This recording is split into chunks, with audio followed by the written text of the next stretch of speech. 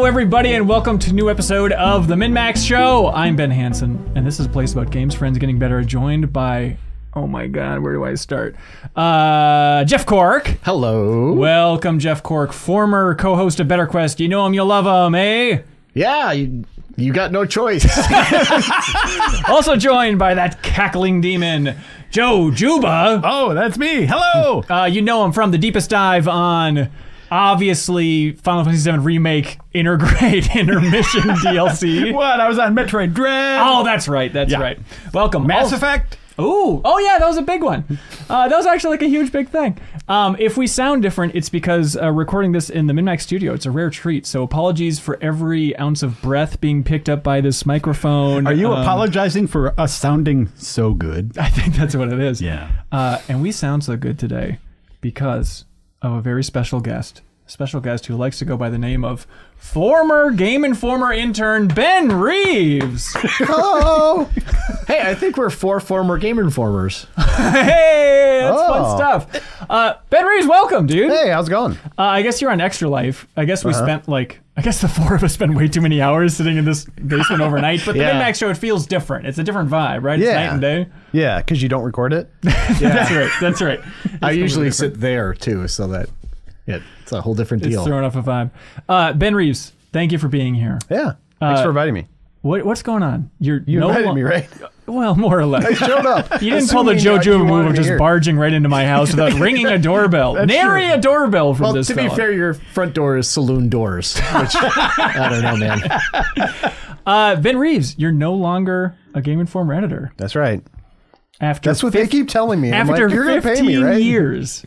Yeah, 15 and a half-ish. Jesus, man. It's wild. So, I thought about that all weekend. I'm like, this just feels like a normal weekend because there hasn't been like that many days gone by yet, and now it's been like 4 days since I last worked. Yeah, played video games. I was telling Ben, for me, it felt like it took a good month of not being at GI anymore before it felt like that is not my job anymore. We're like, Joe, stop coming in. Yeah, we're not paying you. Yeah, I would have weird emotional flashes of just oh, I gotta try and fix that camera's tripod, then be like, oh no, I don't have to worry about any of that faulty equipment ever again. I can leave it all behind. There's just weird feelings of guilt, and it's oh no, that's right, it's all gone. That's just kind of a door that has closed. Yeah, and now we get to just meet in a basement and harass each other about video games. Someone wants to ignore that red underline in a headline. More power to them. That is a good point. There, in that month of acclamation for me, there were definitely times when I would reach out to Ben and Kim and Matt Miller if I saw a tweet or a typo in a story and be like, hey, just FYI, if it were me, I'd want to know. And then I'm just like, man, I need to get a life. Yep. Looking at the YouTube channel in particular, it took so long. And the Alex are doing a, what is it called? Omen's job? What's the... Yeoman's job? Yeoman's, thank you. A yeoman's job over there. Every once in a while, it's top 10 yeomans of the year. They haven't refreshed the playlist for the cover story. All these little things. I would really be holding myself back. It's unless it got really noticeable, then I'd send them a quick text, and I'd feel like a real jackass about it. You don't know me, but I know this is an unlisted block number, but I'm a pretty big deal. Yeah, you forgot to pin a comment on this video about Halo Infinite on the YouTube channel. If you could just do that. Do you guys, now that you are they were all XGI, when did the dreams start setting in? Because I don't think I've ever had a dream about Game Informer, but I worked at Quiznos before this 15 years ago for a couple years, and I constantly have dreams about Quiznos, going back into Quiznos, you got to make all these sandwiches, you got to clean up. So do you dream about Game Informer after that? I don't think I've ever had a dream about GI. I've had countless dreams about retail, working those all the time, and also the last week of college, and I realized that I am missing a class and I won't graduate. Or your pants. Yeah. I think it has a lot more. I think those kinds of dreams have a lot more to do with the anxiety back in your lizard brain, and a lot less to do with just well, this is my life and what surrounds me, so it's what my brain is making soup out of, right? That's a dumb way to look about it. I think that I must think about Fred Meyer every day. Hold on, did he call us lizards? Yeah. These big lizard people. Do you think it's just that Which job do you think was more stressful, though, Reeves? Quiznos or Game Informer overall? Probably Quiznos day to day. Overall, Quiznos for sure. Yeah. But like, there were stressful moments at GI, like when your cover stories due or whatever. Yeah. I imagine at Quiznos, the person is telling you to your face that they're going to beat you up, versus you'd never see this person, but they're going to kill you. Yeah. No, well, now that Tim Turry doesn't work there, yeah. Yeah. Right. Reeves, why did you leave Game Informer? Is he going with a joke, ladies and gentlemen? Flip the coin. What's he gonna say? Couldn't think of a good one. So Spin the wheel. Yeah, I'll just say it was time. Wait, but you got another job. Well, the men in the suits showed up, and Right. yes, I got another job. I'm working at, well, not yet, but I will be next week, starting at Firaxis as a narrative designer. Yes. Hey! That sounds very fancy. Is that is a writer a different position from narrative designer? Well, in some studios, Yeah. yes, but I don't know that Firaxis has it structured differently. I think they just have narrative designers. Okay. So that's very exciting. like writing the stuff in the game, writing the, I don't know, the scenes, like Codex entries and stuff like that. Press Say Mass Effect, for example, the dialogue scenes, the codec entries, all of it. yeah. Interesting. Well, congratulations. As a wise man once told you, nice pull with that job. That's a Random good guy from the airport. Thank you. I don't know if that's a complimentary story or embarrassing. Is it worth telling? It could be both. I mean, Well, no, now you have to well, tell yeah, it. it's a random. Well, you have to tell it. This was probably an E3 trip 5 years ago or something. My wife dropped me off at the airport and she was like, "Oh, bye, I love you, honey." We hugged and left. And as I was walking into the airport, some guy like came up beside me and was like, was that your wife?" I was like, yeah. I was like, "Where's this going? Like, who are you?" And he's like, "Nice pull." And like, give me a thumbs up. I'm like, okay, I guess I'll take this compliment. Something about it still feels weird, but yeah, cool. Yeah, that is. At what point is like your wife is very hot? At what point is that like? Do you have to step in and like fight that person? Defend your wife's Yeah. Why don't you being take too a honored? cold shower, sir. Right. Hose them down. also, why would you ever do that to another person? Like, it is technically a compliment, but it's like, who are you that you would go up to somebody and be like, "All right," like isn't that weird? Yeah. I'd also be interested in the flip side of that, where it's like, "Is that your wife?" right. Buzz, your girlfriend. No thanks. Well, that's what I started doing. I was like, I'm not going to be that guy. Yeah. I think Firaxis is an awesome choice. Like, you know, we went there back for like, was it 2011 maybe for the XCOM cover ago, story? And it was like, I think it's fair to say that's the friendliest studio I've ever visited. Really? I mean, Oh, wow. you don't I mean, have to it's kiss gotta their be- ass no, now. no, no, I mean, I- who else would compare? Like, especially because the thing that stood out is just like so many people there had been there for so long. It's like that speaks for something here. When there's a studio with constant turnover, it's like, okay, maybe not the best, but I think like Bethesda, who knows what it's actually like in there, but it's kind of a similar case where it's like a lot of those people have been there for so long. And Firaxis, like Jake Solomon's been there for 3,800 years. Yeah, He's I the mean, knight from, Longer than I was at GI. Like, yeah, he's been there a long time. And so, yeah, I did some research. I was trying to like research, and everybody there was saying like, yeah, they're pretty good with crunch, which is something, you know, as a journalist, you're like very aware of all these studios overworking their coworkers or their Right. workers. And so I didn't want to jump into that. But it seems like Firaxis is one of the good studios there. And then, you know, doing research on places like Glassdoor and stuff, people seem to review them favorably. Yeah. So I'm excited. Ben, can I ask can you talk about the game you're going to be working on at first? It's a little bit dicey. I don't think I'm supposed to talk You can just about say that. no. Okay. Yeah. No, that's fine. That's But fine. it's yeah. So then I can talk around that by saying I think that the first game you're working on is it's a good fit for your particular interests, Yeah, right? I'll say that. So there's that, but then also Firaxis, which is a studio that like Ben has been a fan of and has been playing those games for ever. Yeah. Giving them very And- high review scores. And Ben is just like a super talented writer, not only the kind of writing that like, that listeners may be, or viewers may be familiar with of his, but also just like creative writing too. So this, I think when Ben announced this, everyone was so excited because it just seems like a perfect confluence of all of these things that you're interested in. So I think that's just a great, that's why we are all very pumped about it. Oh yeah, thanks. Yeah, it's one of those things where it's like, man, what would I can't think of something I'd be more excited about unless there was like at Insomniac writing a Spider-Man game or something, or like Nintendo with Zelda or Reeves, something. you got It's your like, dream job. Don't list jobs. No, that might be better. I'm saying it's up there with that for me. Look, Like President of the United States is cool and all, but have you thought about the moon? I got 99 out of 100, but what if I got 100 out of 100? well, that's why I'm There trying. are nicer polls. Yeah, I wasn't trying to say like those are better. I was trying to say like for context of like Sure. I'm as excited about this as I would be, you know.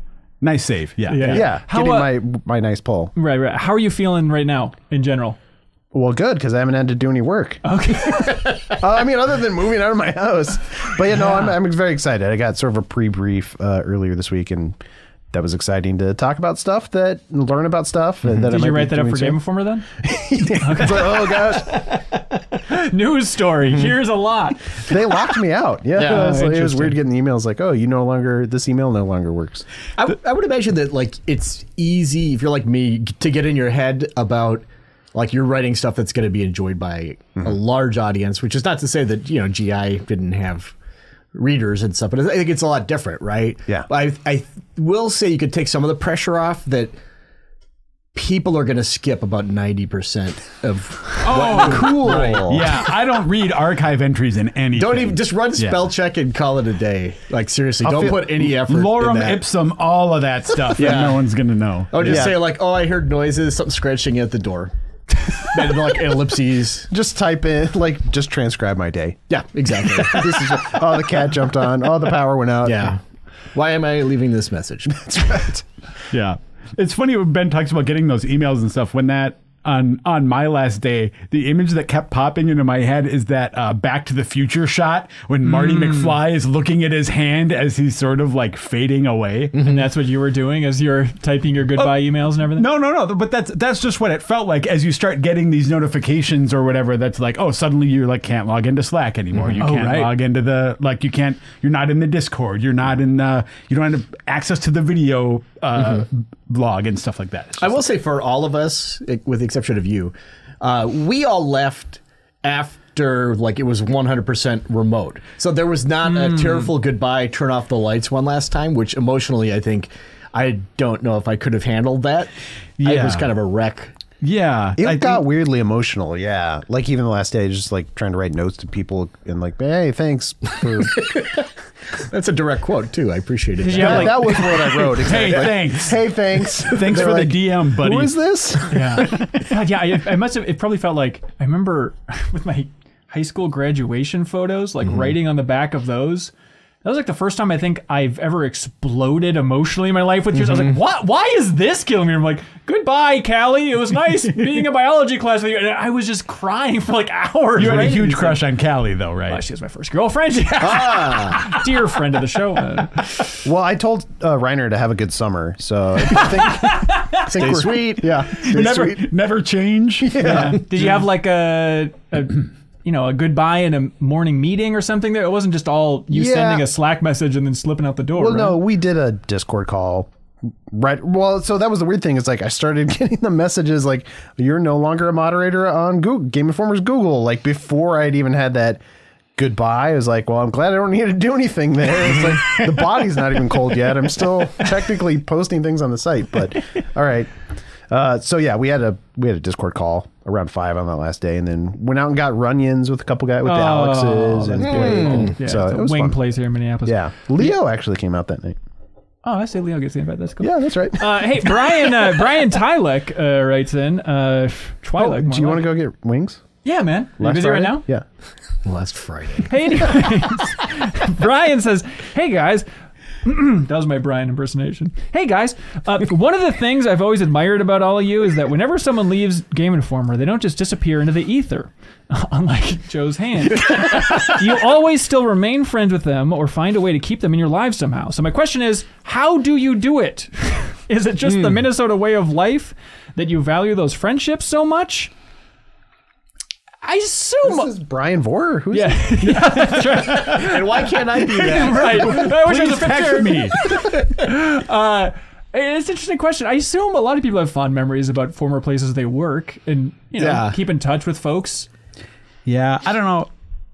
To me it feels like when you have a job like writing about video games, there's like there's so much passion involved in that, and I think when you're in a bullpen like that, you are just surrounded with people who share a lot of similar passions to you, right? So I think that just you are more apt to grow close, especially at an outlet like GI, where for so many years the staff was generally static, or if anything, they'd add people in, but there was not a lot of turnover there for a long time. Yeah.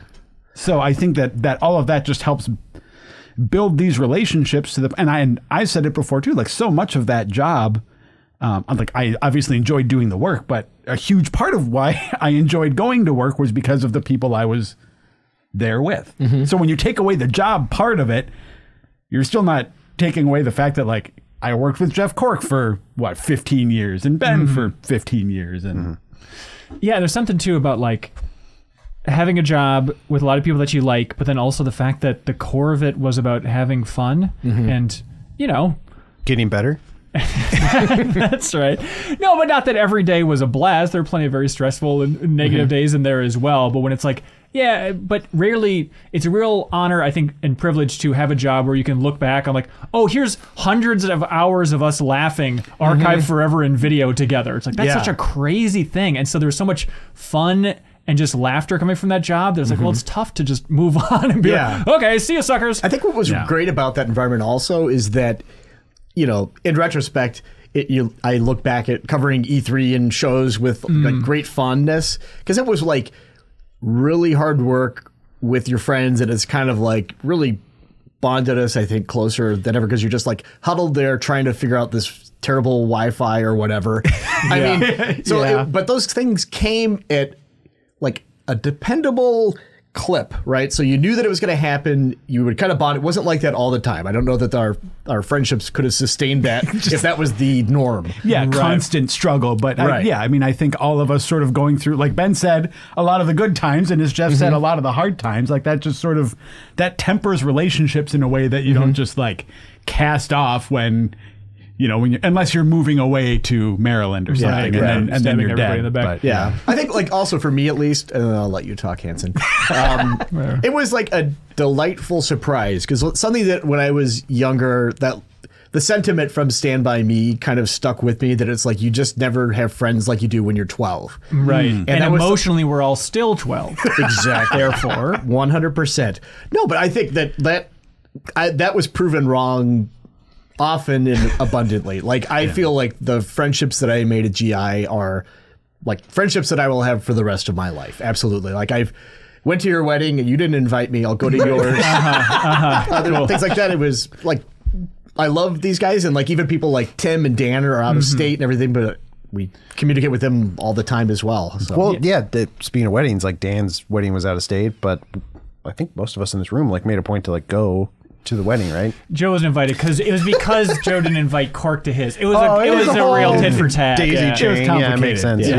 But instead of just working in the office together for how many years as well, the part that I was especially accustomed to going on almost every cover story in that span was traveling. You really have to bond with people when you're traveling across the world and sleeping in the same hotel room. That's what I was going to say. And so it's I know the snoring and sleeping patterns of everybody in Game Informer, all the men at least. And so it's just it feels, look, this is the most pompous thing in the world, so please cut it down. But it feels a little bit like being in a band together or something. It's like 0.5% of maybe what the Beatles felt, is that insane? 0.5? I think there's something that was spending so much time together. Just because they traveled a lot? And they had a lot of fun. I think a step above a touring indie band that's sleeping in their van. Right. I would say, because the fact that we shared hotel rooms, my wife continued to be appalled.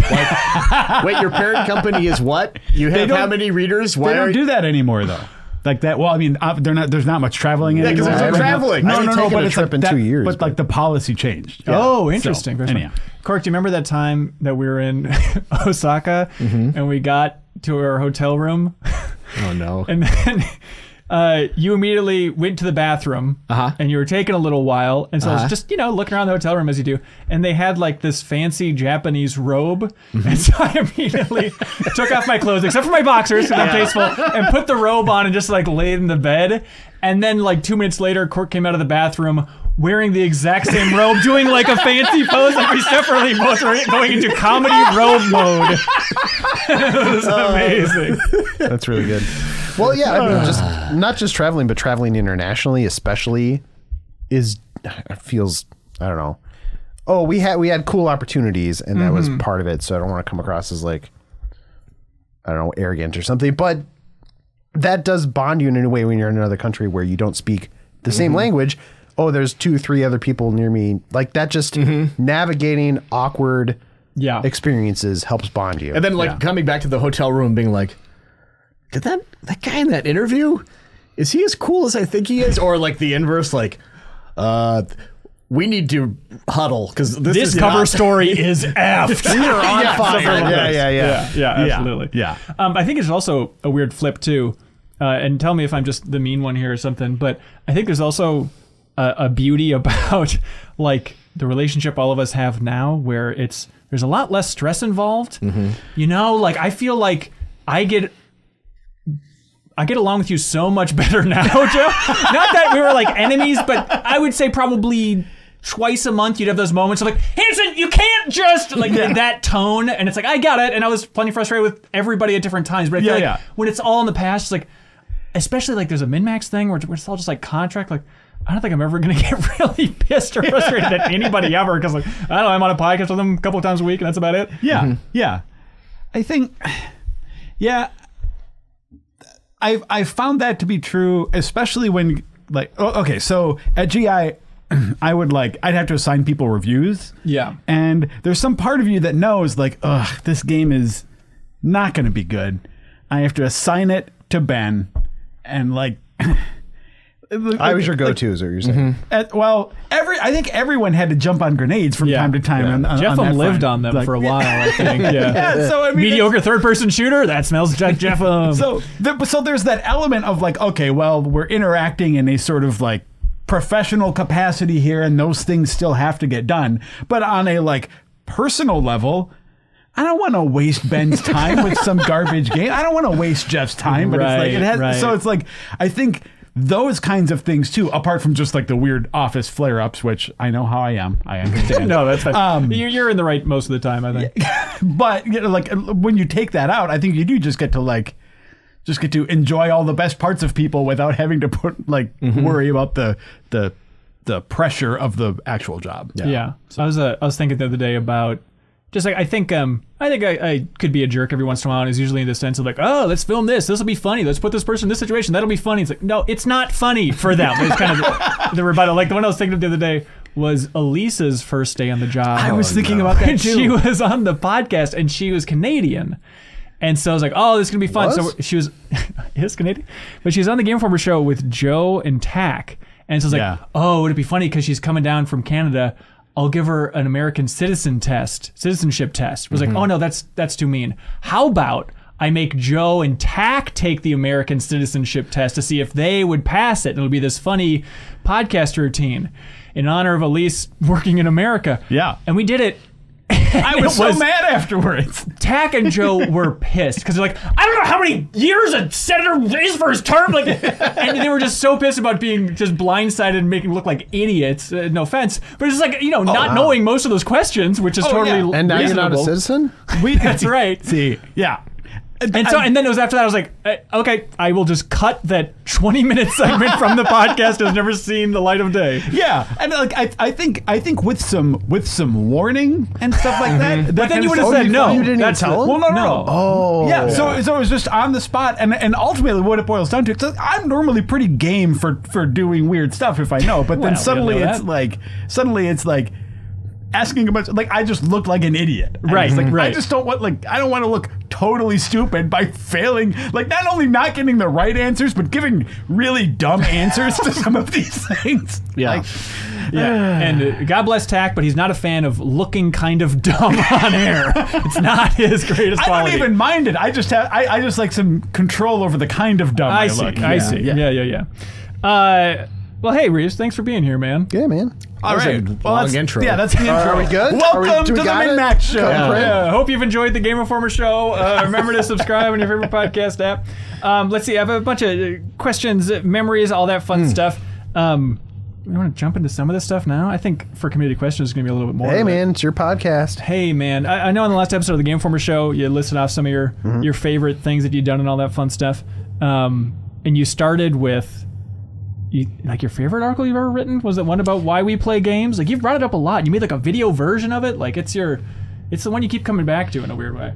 It is the one I keep coming back to. I don't know why. I think it is an interesting premise because it was written like 12 years ago, and I feel like I've grown a bit as a writer. So I look at it now and I cringe a couple times where I'm like, I would have maybe worded this differently. Yeah, but I think correct there would have been helpful in that situation. That's right. Yeah. That's right. Why we play games? But the point is that basic idea, why do we play games at all, still kind of fascinates me. Like, why do we have this desire to even engage in this art form? Yeah. I think that's still an interesting question. And I think I addressed that in the article. So therefore, please check out the article. Did you come to your own conclusion? We do not need to talk about it at all. Next subject. There is other time. There is one answer, and I get to it in the article, so please read it. I'm sure everybody's a slightly different answer, but what is your personal answer, you think, Reeves, for why you're so attracted to games? Erotically. They're fun. Well, I don't know. Like, part of it is I didn't know the answer before I did the article. I was like, I wonder, some scientists tell me why I like games. And the reason they told me, and it makes sense to me, is there's a lot of psychological needs that we as humans have. And part of that is we want to grow. We want to feel accomplished. We want to have good, strong social interactions. And that's all stuff that games do. And when games do it really well, when they're super rewarding, super accomplished, like we get like our hooks into them. That's how they can be like super addictive. Yeah, I think for me it is just like that stupid. Hang on, my basement's making noises. But I think it's just that simple idea of, hey, the world is nothing but chaos, and here's an orderly system where there's a goal to accomplish, and then you will make progress. The end. Is it just as simple as that?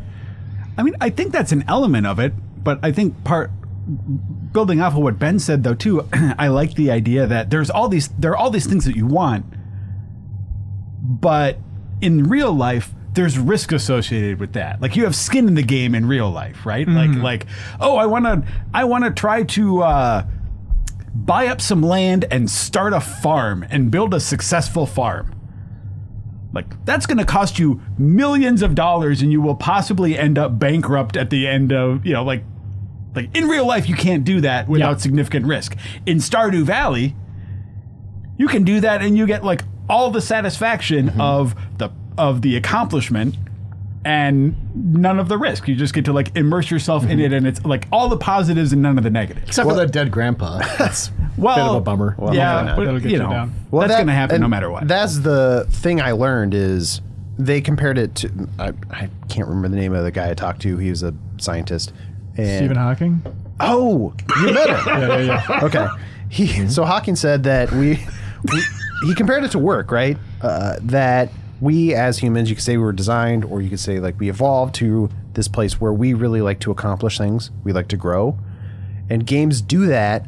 And in a sense, we enjoy work, but we don't like the hard parts of work. Like work sucks only because there's like things that get in the way of making you being able to accomplish what you want to accomplish. Like you'll try to do a thing, but there's all this stuff that gets in the way, and like this isn't as easy as it seems that like it should be. Right. But games cut out all that stuff. So you can like accomplish the thing you really want to accomplish, and it's easy, and that's why that's fun. Or at least, what about Elden Ring? Nothing easy about that, buddy. It's like, yeah, but it is attainable. It is very clear you're not going to get blindsided by office politics as you're trying to take down Margit. Well, yeah, killing a monster in Elden Ring is still easier than killing a monster in real life. That's a great point. You know, I hadn't thought of it that way, and that's why you're the genius. That's right. Yeah. That's why Firaxis hired me. You should put monsters in this game, and we could kill them. Hold on, don't give it away. He said he can't talk about it, Jeff.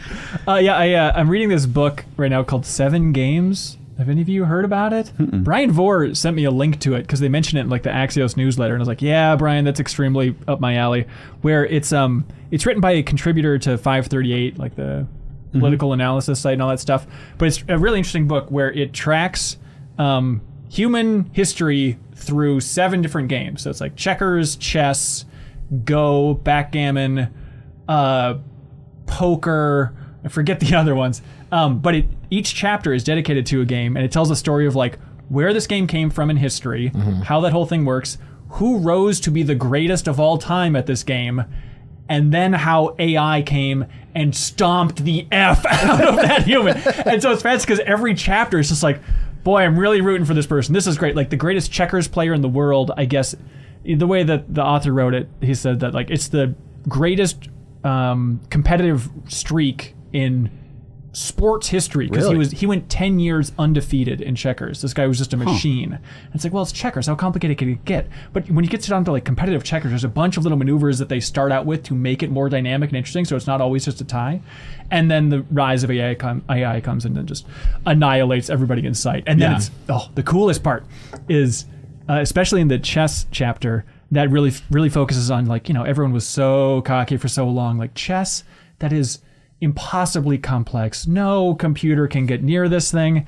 And then it turns out in the late 90s, the computers did. And then it's just been exponential. The computer's getting better and better and better at chess. And so now every human in the world is just like studying AI versus AI matches. And it's so fascinating because they're talking about like the moves these computers are making, they're alien. Like they make no sense, but we just have to have the faith that these are on another wavelength than we are.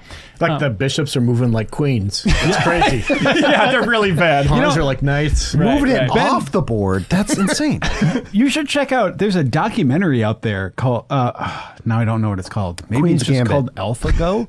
Yes, yep. But they talk about that in the Go chapter, There is a documentary about like the top Go player playing the top Go AI. That is, even if you don't know anything about the game Go, like which I am a total idiot when it comes to that. Yeah. But it's like it's fascinating. Got any sevens? It's fascinating as a story of like man versus machine. Yeah. That would be a really good companion piece for just, sure. Yeah, anyway. Yeah. It's a John Henry all over again. Exactly. They had this story too of like apparently in the late 1700s, some inventor came up with something called the Mechanical Turk. Have you all heard about this? Yeah. Where it's just a giant automaton from the late 1700s, and it would play chess.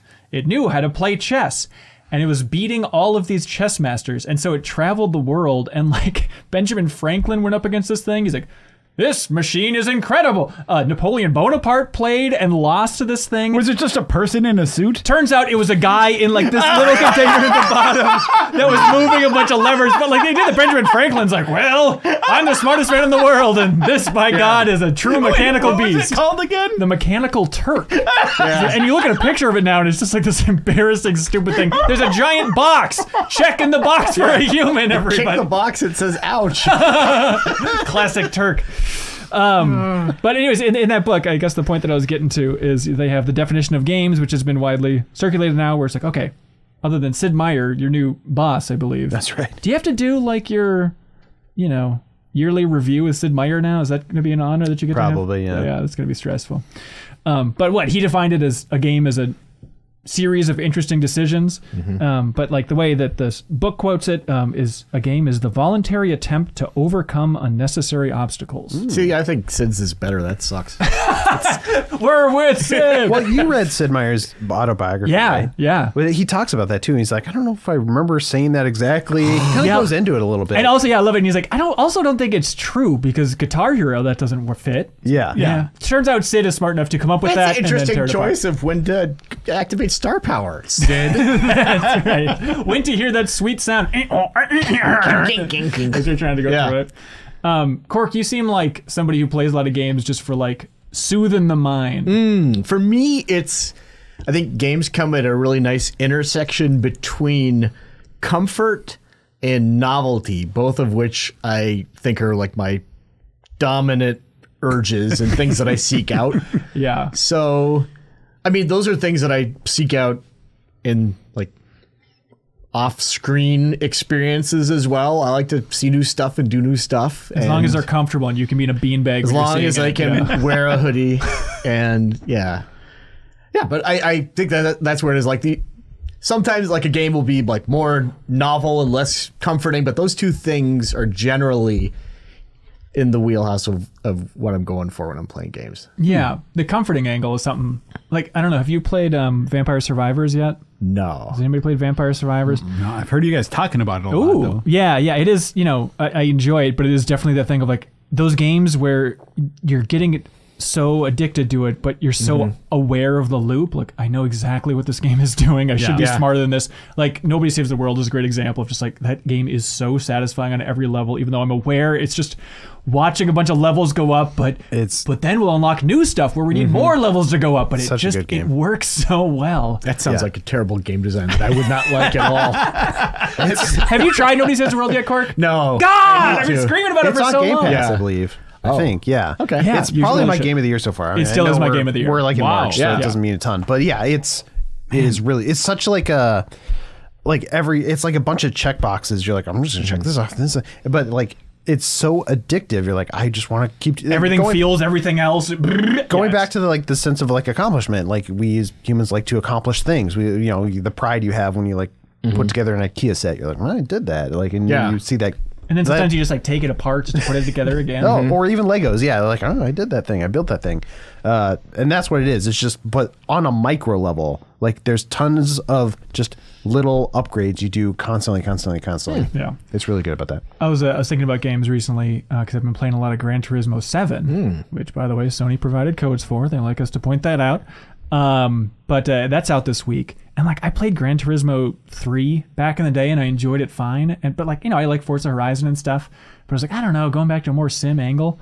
But I really, really am loving my time with Gran Turismo 7. And the weird thing though, is I wonder how much of it was just, I played a lot of it like Thursday and Friday when tensions in the world with Ukraine and Russia were at an all-time high. And it was like, there was something so soothing about just like, let me focus on this game where it's all about just mastering this one curve. Yeah. And the rest of it is just like cozy car.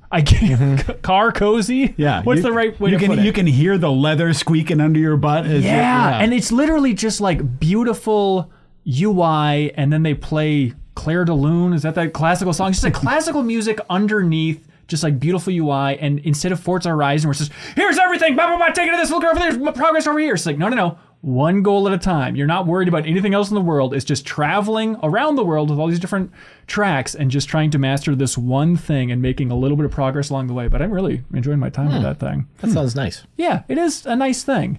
So we should all go play Gran Turismo 7, I think, is the point. That's what you're saying? Can I T-bone you, and does the glass break and look cool? No. It very much doesn't seem like that type of game. I haven't played multiplayer yet. How many people shout Wahoo at you through your like ear set as you're playing? Not that many. Why do you ask? It happened a lot to me in Forza Horizon. Oh, sure. Really? Yeah. Wahoo? Or like various screaming noises. I don't know you weren't playing Mario Kart by mistake? Do you remember that? They Burnout Paradise thing that they had, where if you had Xbox camera, if you crashed into someone, it would take a picture of them and put it on your screen. Yeah, that's amazing. But then were people immediately like, okay, if I crash, I need to quickly drop trowel. Yeah. That's the reason they crashed. Yeah.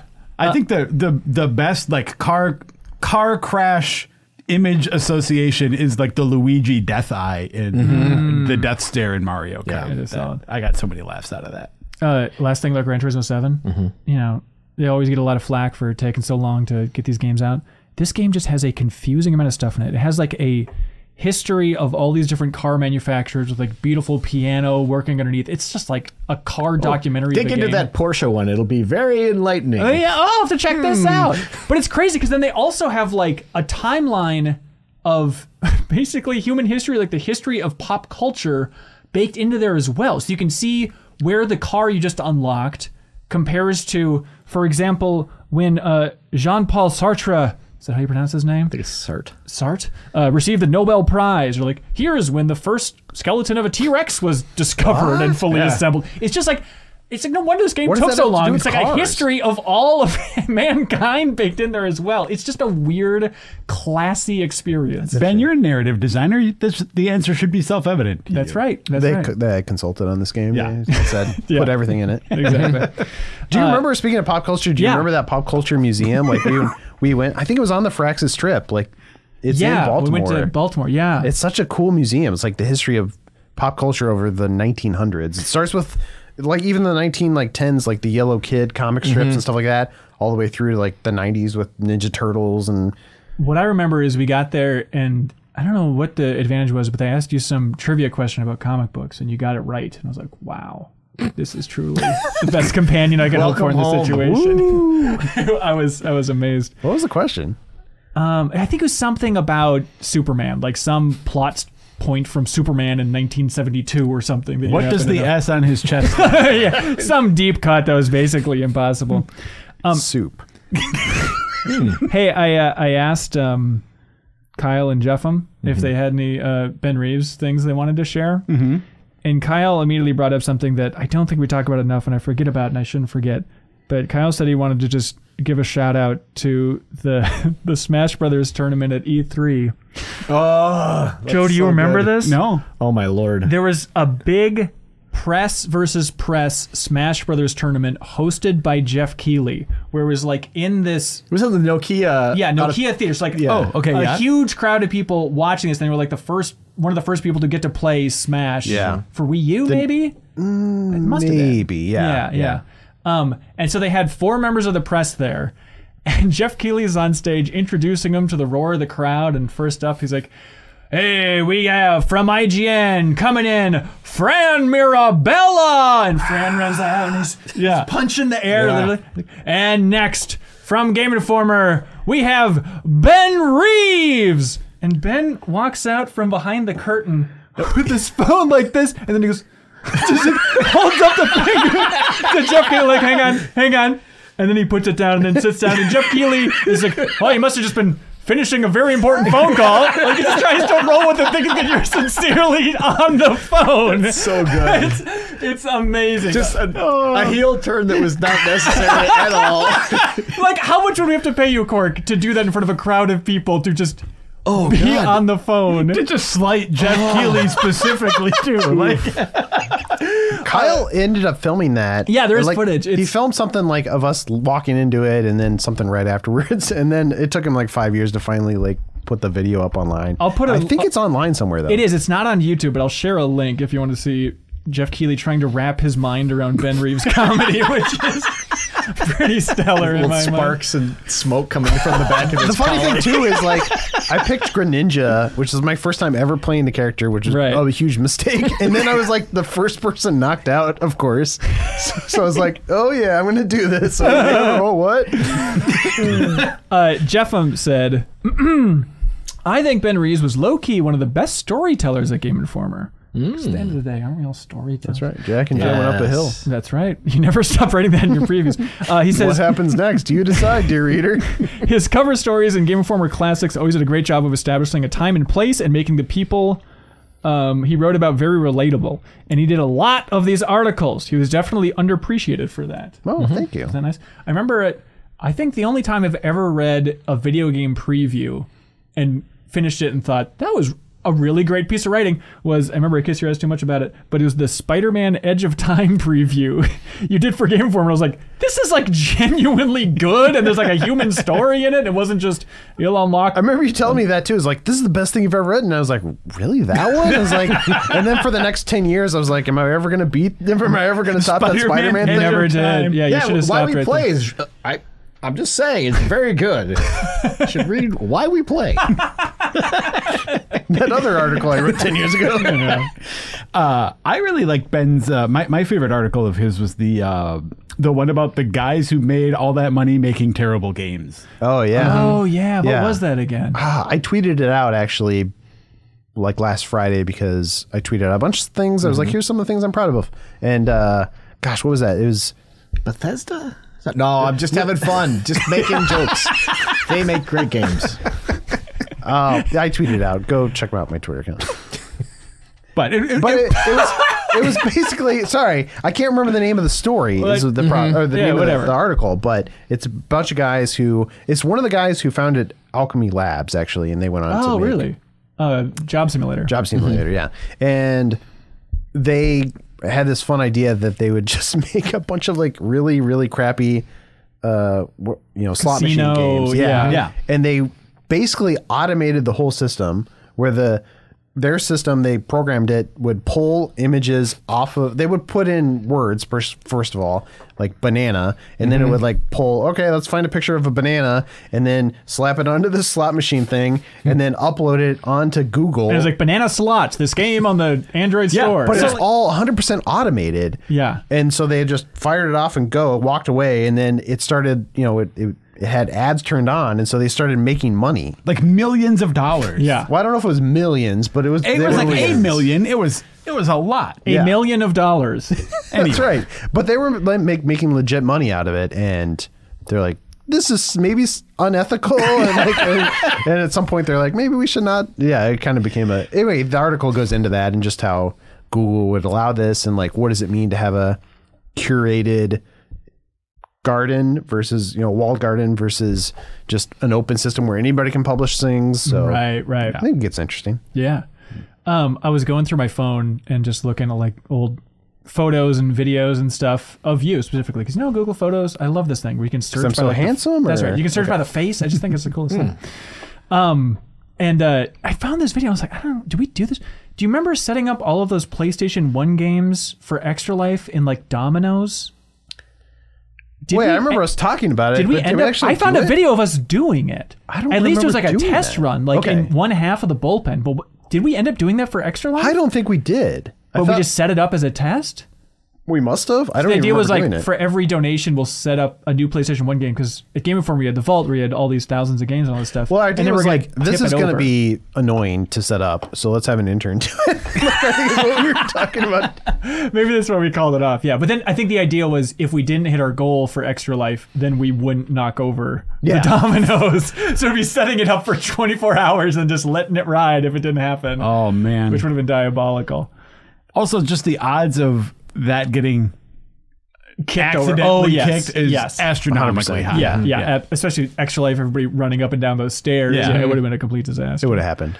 Yeah, Extra Life, that was a big thing for you. You're always a real trooper with that. Yeah, I always like doing that because I remember doing it probably before you even started doing it. Yeah, I mean, Jason Maestracker really got the ball rolling there. Yeah. Well, I think we might have even done it a year before he even started doing it. No. But I remember it was mostly like Tim. Well, maybe. Yeah, I don't want to. Nobody would have done the tech if we wasn't there.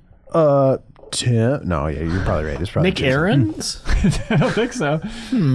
Well, when we started though, it was just let's load a bunch of TVs into the room and we're just live stream it. And Right. There was no production behind it. Right.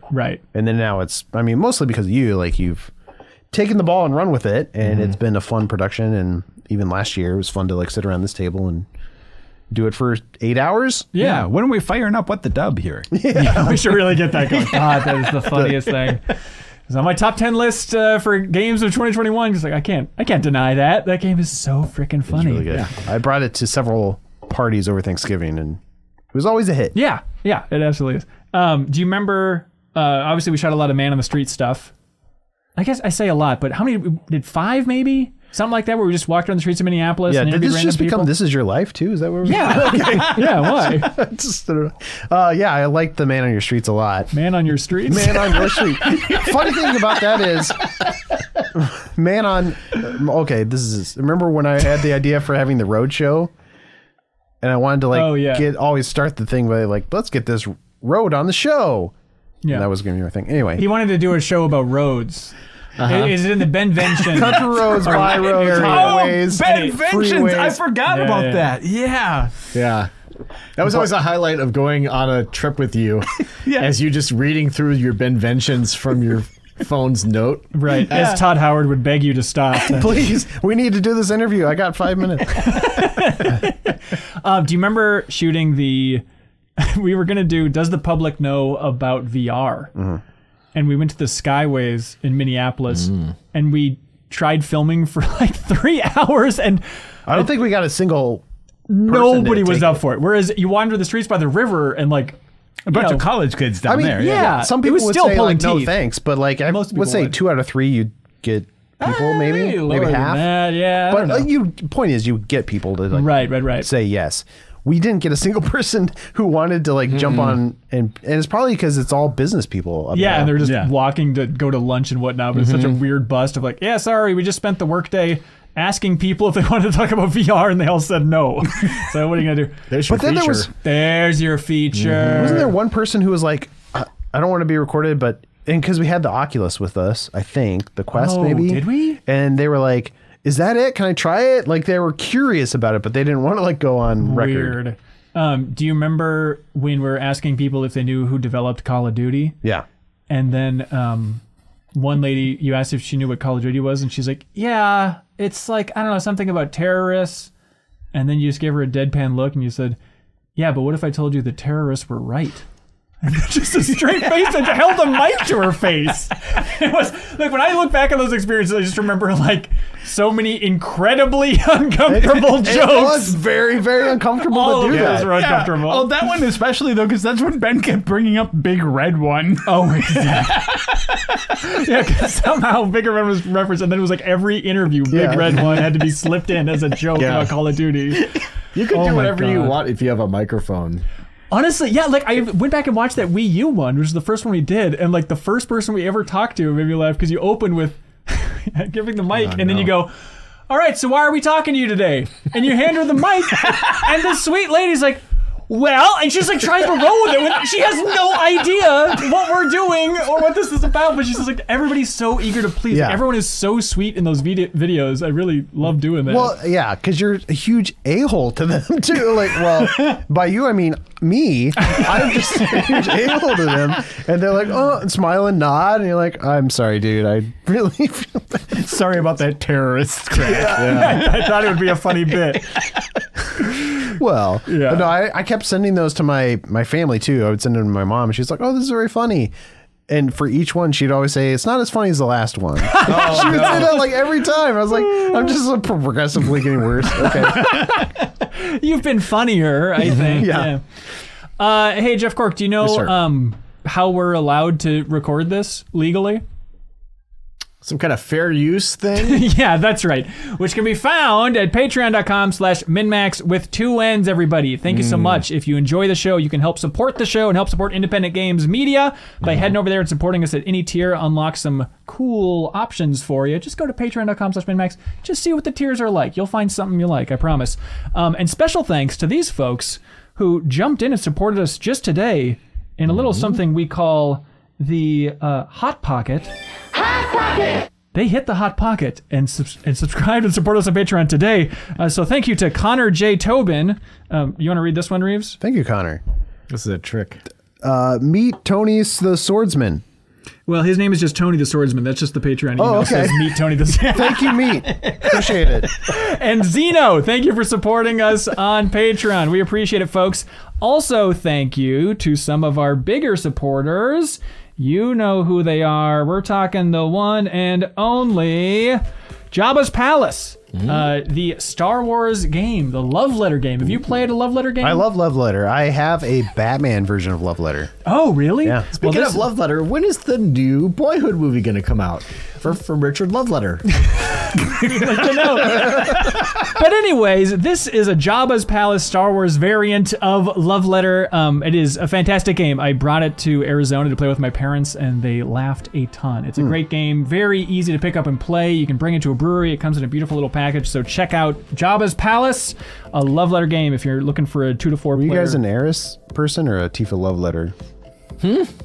Man, which one? That's right, everybody. If you're looking for a fun 2 to 6 player tabletop game, Jabba's Palace, Run, Don't Walk. Yeah, Jabba's Palace, we could do this again later if you didn't like it. Also, I'm so sorry. Thank you to Diverge Coffee, the wonderful folks over there at Diverge Coffee. They say, Brian and Nick here from Diverge Coffee. We just wanted to thank you again for all the support. We hope all of you wonderful MinnMaxers have enjoyed the coffee you've gotten from us. If you haven't yet, check us out at divergecoffee.com and use the promo code MinnMax for 15% off of any order. X-Chin in the MinnMax Discord said, this is unprompted, by the way. They said, I was finally able to get my Diverge coffee, and holy crap, it's good.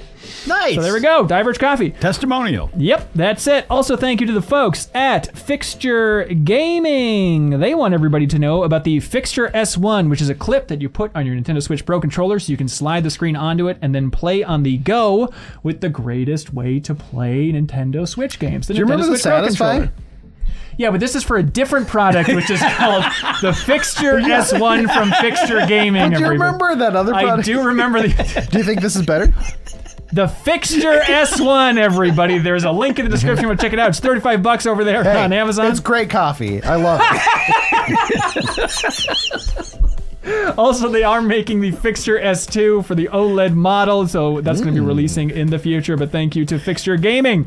Also, thank you to a little company called I Am 8-Bit. They want everybody to know about the Spirit Fairs Collector Edition, and they want everybody to know that Joe Juba's on his phone right now and not looking completely enthralled by these ads. But the Spirit Fair Collector's Edition. We all like Spirit Fair, yes? Yeah, Spirit Fair is great. It's fantastic. This is available on Switch and PlayStation. It's from Thunder Lotus. This is an I Am 8-Bit exclusive Collector's Edition. Has a fully functional Everlight replica, digital downloads for the soundtrack, digital downloads for the entire art book, and a physical edition of Spirit Fair featuring exclusive reversible cover art by acclaimed illustrator Aidan Yetman Michelson. So check that out, everybody. And for anything cool, check out I Am 8-Bit's wonderful online store, because everything in that store you can get for 10% off if you use the promo code this month, March Madness. No space. March Madness. Use that promo code. You get 10% off everything in I Am 8-Bit's wonderful online store. That's funny. That's alliterative. Where'd they come up with that? That's right. They're just full of ideas over there. Also, thanks to them, because each and every week they ship out a wonderful prize from their online store to whoever submits the greatest question over on Patreon. If you support us at any tier, you can submit a question over on Patreon, and then we choose our favorite. That person wins a prize from I Am 8-Bit because they're very generous. This week, whoever has the greatest question wins the Sonic Colors vinyl soundtrack, which looks very cool and sounds even cooler. Ooh. And hey, heads up for everybody, if you're listening to this and watching this and you want to help support independent games media and maybe win next week, just a heads up, Disco Elysium, the final cut, the PlayStation 5 edition, the physical version, which comes with a huge fold-out poster thing, you can win that next week. That's the game and not the soundtrack? That's right, the actual game. So if you support us at any tier and submit a question for next week, you can win that. So if you're a big fan, check it out. So it's just silent, though? That's right, yeah. That was my last review at Game Informer. Really? Disco Elysium Director's Cut. Ooh, 9.5? 9.25? Probably 2.5. I actually don't remember. Okay. How are you at memorizing Game Informer's reviews? I think I'm pretty good at like a range. I bet I could give you the rough range that we landed in, if not exact scores. Okay, what about these Ben Reeves reviews? I was looking through trying to figure out, are there any anomalies that we can roast Reeves about where his review score was all over the place? Okay. Not so much. What did you give XCOM 2? 8.5. 9.5. No. 9.5. How dare you? Because, Joe, I remember I was on the edge of like, do I give this one a 10? And I remember me talking about that a little bit. I was like, okay. Interesting. Yeah, okay. On So the bubble. maybe it I'm was not a as good as special I thought I moment was. that I remember us having, and I really appreciate it. What about Paper Mario Color Splash? Otherwise known as Ben Reeves' worst call. Ooh. 8.25. Oh, I'm sorry. This is a Joe Juba game. No. Hey. Jeff can play. 8.5. See, I was going to guess that, but then I was like, well, that's what I guessed last time. I'm just going to be like the 8.5 That's not super machine egregious over in here. my mind. Really? Well, what would you give it? 6.75. That feels too low. Well, that's why we're different reviewers, I guess. All right, let's get to these community questions. We got a bunch that people submit over there on Those Patreon. are my only two reviews that feel out of place. Well, I was looking at other stuff, and I saw you gave Transformers Devastation, which was the Platinum Transformers game, which I forgot even existed. You gave it an 8. I was like, that's insane. Then everybody else gave it an 8. I was like, okay. I mean, that one was better than it needed There to was be. mass hysteria at the time. I do recall that, yeah. Kit N writes in and says, Game Informer reunion. Yes, hello. Yeah. Anyway, you've talked about some really memorable experiences in interviewing in the past. Any that you've wanted to bring up but haven't had the chance to yet? At Game Informer or anywhere else? Memorable developer interview. I feel like I bring it up all the time, but just the one where we did Shigeru Miyamoto and Enuma. Yeah, Rapid Fire was so fun. That was excellent. And you can watch it online. That's a perk. My first interview at GI ever was with Toby Gard, who is the creator of Lara Croft. Oh. And I learned a lot of lessons in that interview about the wrong way to do interviews. It was like I wanted to make a good impression. I wanted to get good answers, so I spent all this time like writing out my questions like word for word on a document, and I like brought them with me into the interview. And also Reiner sat in on the interview with stressful. me, which like made me nervous. So I'm basically sitting there just like reading questions. I felt like a grade schooler, right? Like giving a presentation, reading questions and getting the answers, and it felt so bad and so mechanical. Like I knew as it was happening that like I am blowing this. I am not seeming like a human right now. That is the worst feeling. And but I mean, thankfully, because it was like my first one, it didn't make like a bad impression on Reiner, because it's like it's his first day, or not my first day, but my first big thing like that. So I feel like I recovered okay, but like I learned so much from that in terms of like how not to do interviews and how not to do it. So like after that one mistake, pretty much all of my interviews afterwards was like I would basically have like keywords for questions. Yeah. Right? Like these are the words that remind me the question I want to ask. Yeah. But then I just ask the question in the moment. And then that also gives you more room for follow-up, because if you just have a list of like, hey, these are some topics I want to talk about, it gives you so much like more opportunity for follow-up questions and actual conversations, rather than just feeling like you're reading a script. Yeah, I think the keyword thing I did for a while, but I would run into the trap of I would see the keyword and then I would over ask the question. I would ramble, and it's like, especially with Japanese interviews, like I need to boil that thing down. So I've actually gotten in the habit of like literally writing out the question, making it as tight as I can. But then I guess it's a little bit of like acting, where it's like I have it all written down, but I just make it seem hopefully natural enough that it doesn't seem natural like that, and then just really focusing on no matter what they answer, I'm going to ask several follow-up questions, and it always pays off. And I think that makes a lot of sense for you, as someone who's like doing a video for it. You want to make it as like clear and concise and compact as possible. Yes, yeah. For me, like I know exactly what you're talking about, because I absolutely over ask those questions. Yep. Right? Like I know that I ramble when I do it, but I would rather do that and have it like feel authentic rather than have it feel scripted and have to act about it. The other thing is, when I was in college and in some journalism class, they were like, oh, when you ask a question, let them ramble on as much as they want, and like don't interrupt them. If they're kind of finishing a thought, let them kind of like keep talking, and then ask your next question. But that doesn't work as much for video, because I remember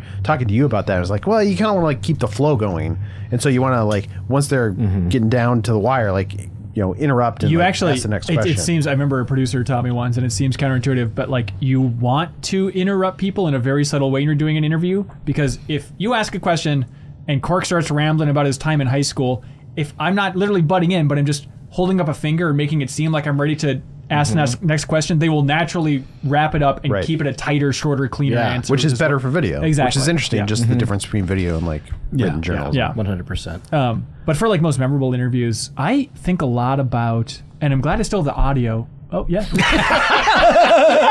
He held up his finger for the audio listeners. But I think a lot about our trip for Hellblade, where we went to England. And then this is like the absurd beauty of a cover story. So like, okay, well, it's a lot about the mind of Senua. So we wanted to consult people who understand, what's the word I'm looking for? Sensory input in the mind, how the mind perceives reality. So we're going to literally go to a college. We're going to Oxford. And we're a college. We're going to the Oxford campus and meeting this amazing professor there who's been there for Professor of psychology or something. Yeah, 40 years or something absurd like that. And he just tells us how the mind works and how it perceives reality for like an hour. Do you remember this, Reeves? Yeah, we walked in and he was like, "Hey, do you want some tea?" It was like the most British thing ever. It was like an amazing looking college professor office. The room like, felt like the White House. It was just like some old, huge room. They had this massive garden out front that we like walked through at one point. And then it was just a matter of him explaining that like, oh no, it's a miracle that we perceive the same reality at all. And realistically, we don't. I don't know, Clark, is your story, like, you're the main one doing the interview. Like, do you remember, what stands out to you about that? I think it just, that one, nothing really stands out because it was just, he was so engaging and he seemed prepared to talk about this, which I appreciated as someone who spent several weeks thinking of questions. So, yeah. No, it was he was really fun to talk to. Yeah, absolutely. Yeah. Those are one of my favorites that I was just sitting by for most of it. For me, like one interview that sticks out, I don't know if I've brought this up or not. It was in a trip to Japan where it was something where I was going there for the Square Enix party, right, that they had. This is when I first started. Anyway, the gist of it was what will happen in a situation like that is when like PR knows that people are going to be traveling from the United States to Japan, they'll see if there's other opportunities for other studio visits or everything to kind of maximize everyone's time. Okay. So I went to an event before the Square event, and it was super chill, played a game, had a nice time, some beverages fell in my mouth, and as things were winding down. What was the game? I don't want to get into the specifics. Okay. It's not the point of the thing. I wanted to know the beverage. I believe it was beer. They had many beers. But then the things were winding down and everyone's kind of getting their stuff. And then a PR person came to me and said, "Oh, Jeff, they're almost ready for your interview," which was sprung on me that I did not know about. No. And it wasn't just an interview. It was I was talking to the chief financial officer of this Japanese game studio. Yeah. A little tipsy and completely not prepared. And fortunately, I did like the biggest Hail Mary. I was just like, I know we're here to talk about these games and this is all very impressive and everything. I want to bend your ear and talk about pachinko. Because I notice your company's name is on a lot of pachinko machines. Yeah. And it's just something that is so foreign to me. I like pinball. Talk to me about pachinko. And he was like all in on it. He got so excited to talk about it. And I was so relieved because I did not have another play. So that's amazing. Ugh. And he got off the hook for all those financial crimes that he'd been up to. Financial crimes. Way to do the hard-hitting journalism there. Yeah, yeah. Do you remember there was, I don't know if it was War of Cybertron or Fall of Cybertron. We were talking to Tej, was that his name? Yeah. Tej. And he was doing some let me set this up. Okay. So, yeah, this was at High Moon for the Fall of Cybertron cover story trip, which I was very annoyed with you to begin with because we like to keep the cover stories very secret about where we are at any point. And we're in Carlsbad, California, where there's only one game developer, and it's High Moon Studios. Yeah, but get ready for this joke. And we got there, and Reeves tweeted, "I'm in Carlsbad. I don't know what Carl did, but it couldn't be that bad." And I was like, "You blew our cover story For that? for that?" And everybody erupted in laughter. It's unbelievable. Anyways, but That's what you wanted to set up. That's what I wanted to set up. No, I'll set up this actual interview. So we had a whole bunch of video interviews that we were shooting, and one of them, it was just as dry as humanly possible. I can't imagine we did something so boring for so long, but that's on me. And so the idea was, okay, this is like a 40-minute roundtable discussion with you and Miller and Tej and somebody else from High Moon, and they were talking about the systems of multiplayer for Transformers Fall of Cybertron, just like nitty-gritty details about like the upgrade systems with zero gameplay footage, by the way. This is just like, Miller can wax poetic about anything, so we're really getting into like the details of this multiplayer mode that nobody now even knows existed, right? Yeah. Sorry, you're gonna say something, Kirk? I was going to say, who would want to listen to four dudes talk about nerdy stuff for 40 minutes? Okay, so it's just a very dry, boring interview. And about 30 minutes into the discussion, Matt Tej from High Moon was describing something. And so he's like, okay, So here's how it works. You have Optimus Prime over here. And he just puts his hand up, and Reeves was sitting next to him, and Reeves just, without blinking, just went, okay, so I'll just do it. Yeah. Optimus Prime here. And Reeves just like high-fived him real quick. And it just shattered the entire interview, because all of a sudden it's just like, what? What's this? And then Matt Miller just goes, Benjamin Reeves, everybody. Miller seemed mortified. It was so good. And everyone like had a light chuckle, but it was just like genuine confusion about like, what was that? Why did you do it? And Reeves, you're like, it's just a reflex. I think it was partially because I was bored. Like you're talking totally. about, like, something needs to happen here. Yeah. And I thought it'd be funny. Yeah. And then I don't think our bosses found it as funny as we did. Yeah, they could be. The other one that I love is for Elder Scrolls Online, for that cover story. You know, a lot of being in a studio is kind of awkward downtime, especially on the video front. It's like, okay, I need to set this up with 2 cameras. We have multiple lights. So we're in like a little office room setting up for this interview all about the studio's approach to quests in Elder Scrolls Online, how to keep quests interesting and carry over the legacy of Elder Scrolls and Elder Scrolls Online and all this stuff. And it was going to be Reeves doing the interview. And so it was a long setup. It was one of those that I'm just kicking myself over. A lot of those of like, hang on, I need to go back and check this. Okay, white balance. Okay, I'm actually going to swap where you guys are at, and let's move this plant over here, and then this light has to be a little bit like this. So it was like a 15-minute setup with just... But you can tell when you watch the video. It really shines. Yeah. Totally worth it. It was Reeves and the creative director of Elder Scrolls Online just like sitting there patiently while I'm futzing with all this stuff. And then finally, like, okay, cameras are rolling. All right, action, Reeves, here we go. And then Reeves just looks at the developer and goes, side quests? I don't know if it was that bad. And the developer, again, because everybody's very nice and normal, was like, yeah, Elder Scrolls Online features sensational side quests. We're talking all your favorites, the Brotherhood. And just like... It took him a second. I was like, is he serious? Yeah. Is that a question? And it was a joke. It was a joke, but it was just Reeves. That was his opening. It was funny to watch him just launch into it. Just saying the word side quest and just seeing if he would react. Like that's the start of the video. I've sat in on the other end of a fair bit of interviews in my current role, and I will say that is not atypical. Oh, really? Oh, but not as a joke. But not as a joke. Yeah, people are all coming at various degrees of experience and like familiarity with social interactions and stuff. So like you get some people that are just like, that was one of the best things I've ever heard in my life. That was so fun. I wish I could have kept them going because it was so great. Yeah. And then the other ones are just like, everyone's starting off, you know, somewhere. Oh boy, that's gonna be rough. Yeah, that's it. Look, that was just one question. Thank you for writing in there, Kit Ed. We're gonna be here all night. Yeah, apparently. Mick Manga writes in and says, the return of the 2 Bens. Will they do the scream? Huh? We don't do that anymore.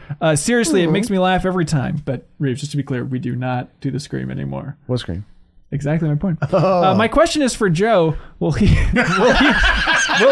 joining us for the Chrono Cross Deepest Dive?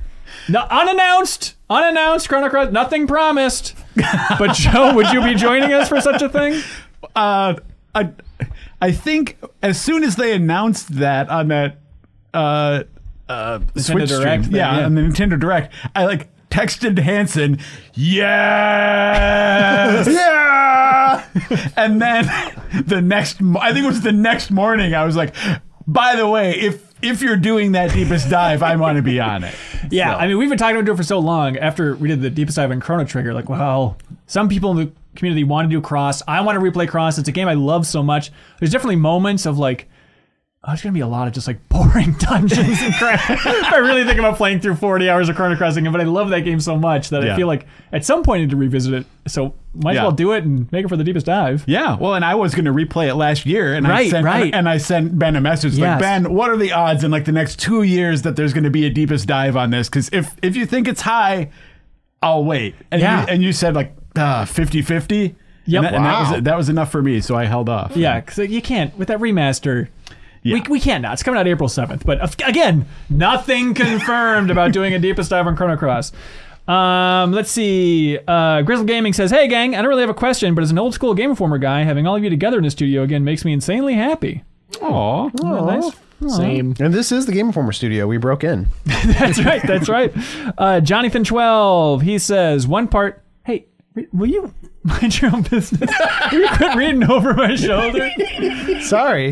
Is that your bank statement? Yeah. Okay. I like to check it during the podcast. He wants to find the scream text. That's right.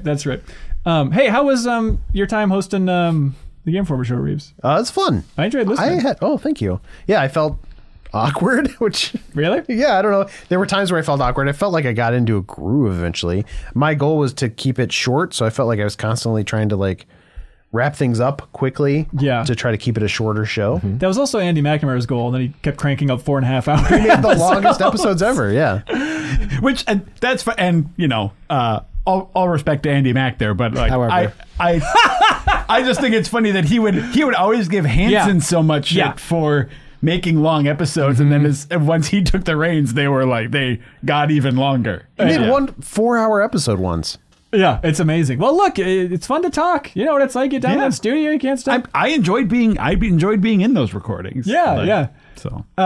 Yeah, it was. I think you were really smart, Reeves, by like introducing the playlist and creating like more segments that people could, latch onto. Like, the character ranking, which I know Cork often wanted to. This is what you want to do, Cork. This is again. I have to tell a story by telling a story, but I always think of this, Cork. Remember one time we're on the Titanfall cover story trip. And we were at like some cool guy bar, and both of us just wanted to get out of there so badly. And I remember you said this thing, Cork, that I can't ever not think about, where you said, don't you wish in situations you could just go like this and just Iron Man your way through the ceiling and just leave this place forever? So anyways, I know that's what you wanted to do, just Iron Man your way through the ceiling every time we're on the character ranking. There were so many editors who hated that segment, but then we got so many people writing in about it. More people writing in about it than anything else we were getting written in about. So then the point too was like, it's just an opportunity to talk about those characters first. But then you'd say like, this character, and people would be like 42, like trying to rank it immediately. And I would always like preface like before you even recorded, this is an opportunity to talk about the characters. Like, let's talk about it a little bit before we jump into ranking. Yeah, exactly. You don't work there anymore, Reeves. You can. Yeah. Hey, what did you? So like hosting it for a year, what do you think you learned about constructing a podcast or something? I say like a lot. I've never Really? I've never noticed that. Oh, really? Honestly, I've never have. I've stumbled over that. Yeah, and I stumble on my words a lot. But other than that, like I don't know. I had fun doing it. It's fun to like keep the conversation going and keep things short. Is that what you're looking for? What are you looking for? I don't know. Wise lessons about what it's like to host a podcast for a year. And then you have video game basically, don't do it. I recommend not doing it. Maybe if it's your only job, but it seemed like that's a heavy lift for someone who's also got to review games and write cover stories and stuff where it's just like, I'm also putting together a weekly podcast. That was the busiest I've ever been, is probably doing that podcast. It's a lot to do every week. Yeah. And once you were online content director, that's when Alex and Alex took over, right? Yeah. Even the video gameography, which I really enjoyed doing, and I really enjoyed doing that show, and it wasn't even video, which helped lighten the load. It was still a lot of work. Yeah. Did you edit that one then? Yeah. Me and Marcus took turns. Okay, cool. And that's still going on. Marcus is going to be... He's going to keep doing it. He announced this week that he's going to do BioShock next. Oh, very cool. Very cool choice. Yeah, because you still got a couple to go for Uncharted. Yeah, so we recorded a couple ahead of time where I'm like technically a guest. So I'm going to finish out the Uncharted series, and then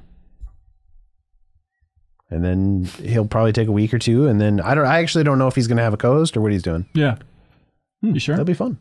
Am I sure? I don't know why you seem so cagey about it. But no, because I don't know. I don't know who he's going to invite to be with him. The part about podcasting that I am still very self-conscious about after all these years and stuff, and I think you did a good job with it, Reeves, and it's maybe, I don't know, people don't notice it, but just like the basic lifting of like introducing people, setting up segments, like being able to do that without sounding like a jerk or tripping over your own tongue, I have a tough time with, and I think it's an underappreciated skill. And like I appreciate the Alexes on the Game Informer show now. Like just simple things like, I know that Alex is a big fan of Kind of Funny, and they had Greg Miller on an episode a couple of weeks ago, and like just doing an intro for Greg Miller on your podcast, like he didn't stumble over it in the setup. And I was like, that should be appreciated. The fact that you can set up like this hero of yours being on the podcast and not just immediately stumbling over your words. Yeah. Like, that type of basic stuff. Kind of like you were talking about with writing questions, I would just like write that stuff out. Like, this is exactly what you're going to say when you introduce this person. Right. Like, that'd be the thing. Right.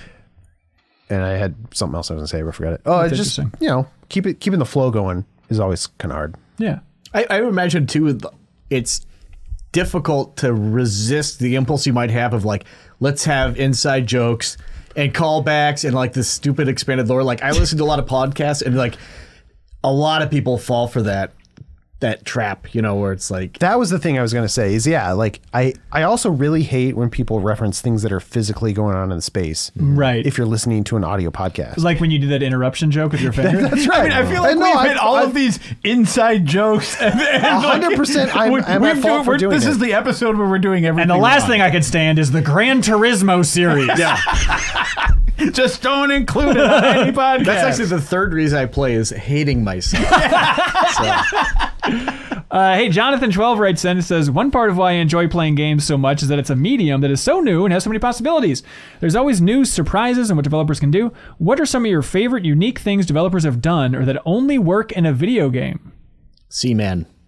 It is true. Just the concept. 100%. The concept would not work in any other format. And right? maybe people are watching Dan Reichert's insane streams of Seaman, but do you want to set up what Seaman is for people that aren't familiar? Yeah, it was a Dreamcast game where you basically had a microphone interface and you had an aquarium and you raised a human-faced fish from its egg to eventually it became like a little land frog. And yeah, but you would have conversations with it and it had like rudimentary speech recognition and it would engage you, ask you questions and remember things. I don't know, like if I were to revisit it, how much of it was just me reading stuff into it versus but it was, I remember like that was the first time I was really into it at the time. And I remember visiting my girlfriend's parents and they lived out of town and I was just like, if I come home and my Seaman is dead, I'm going to be so angry.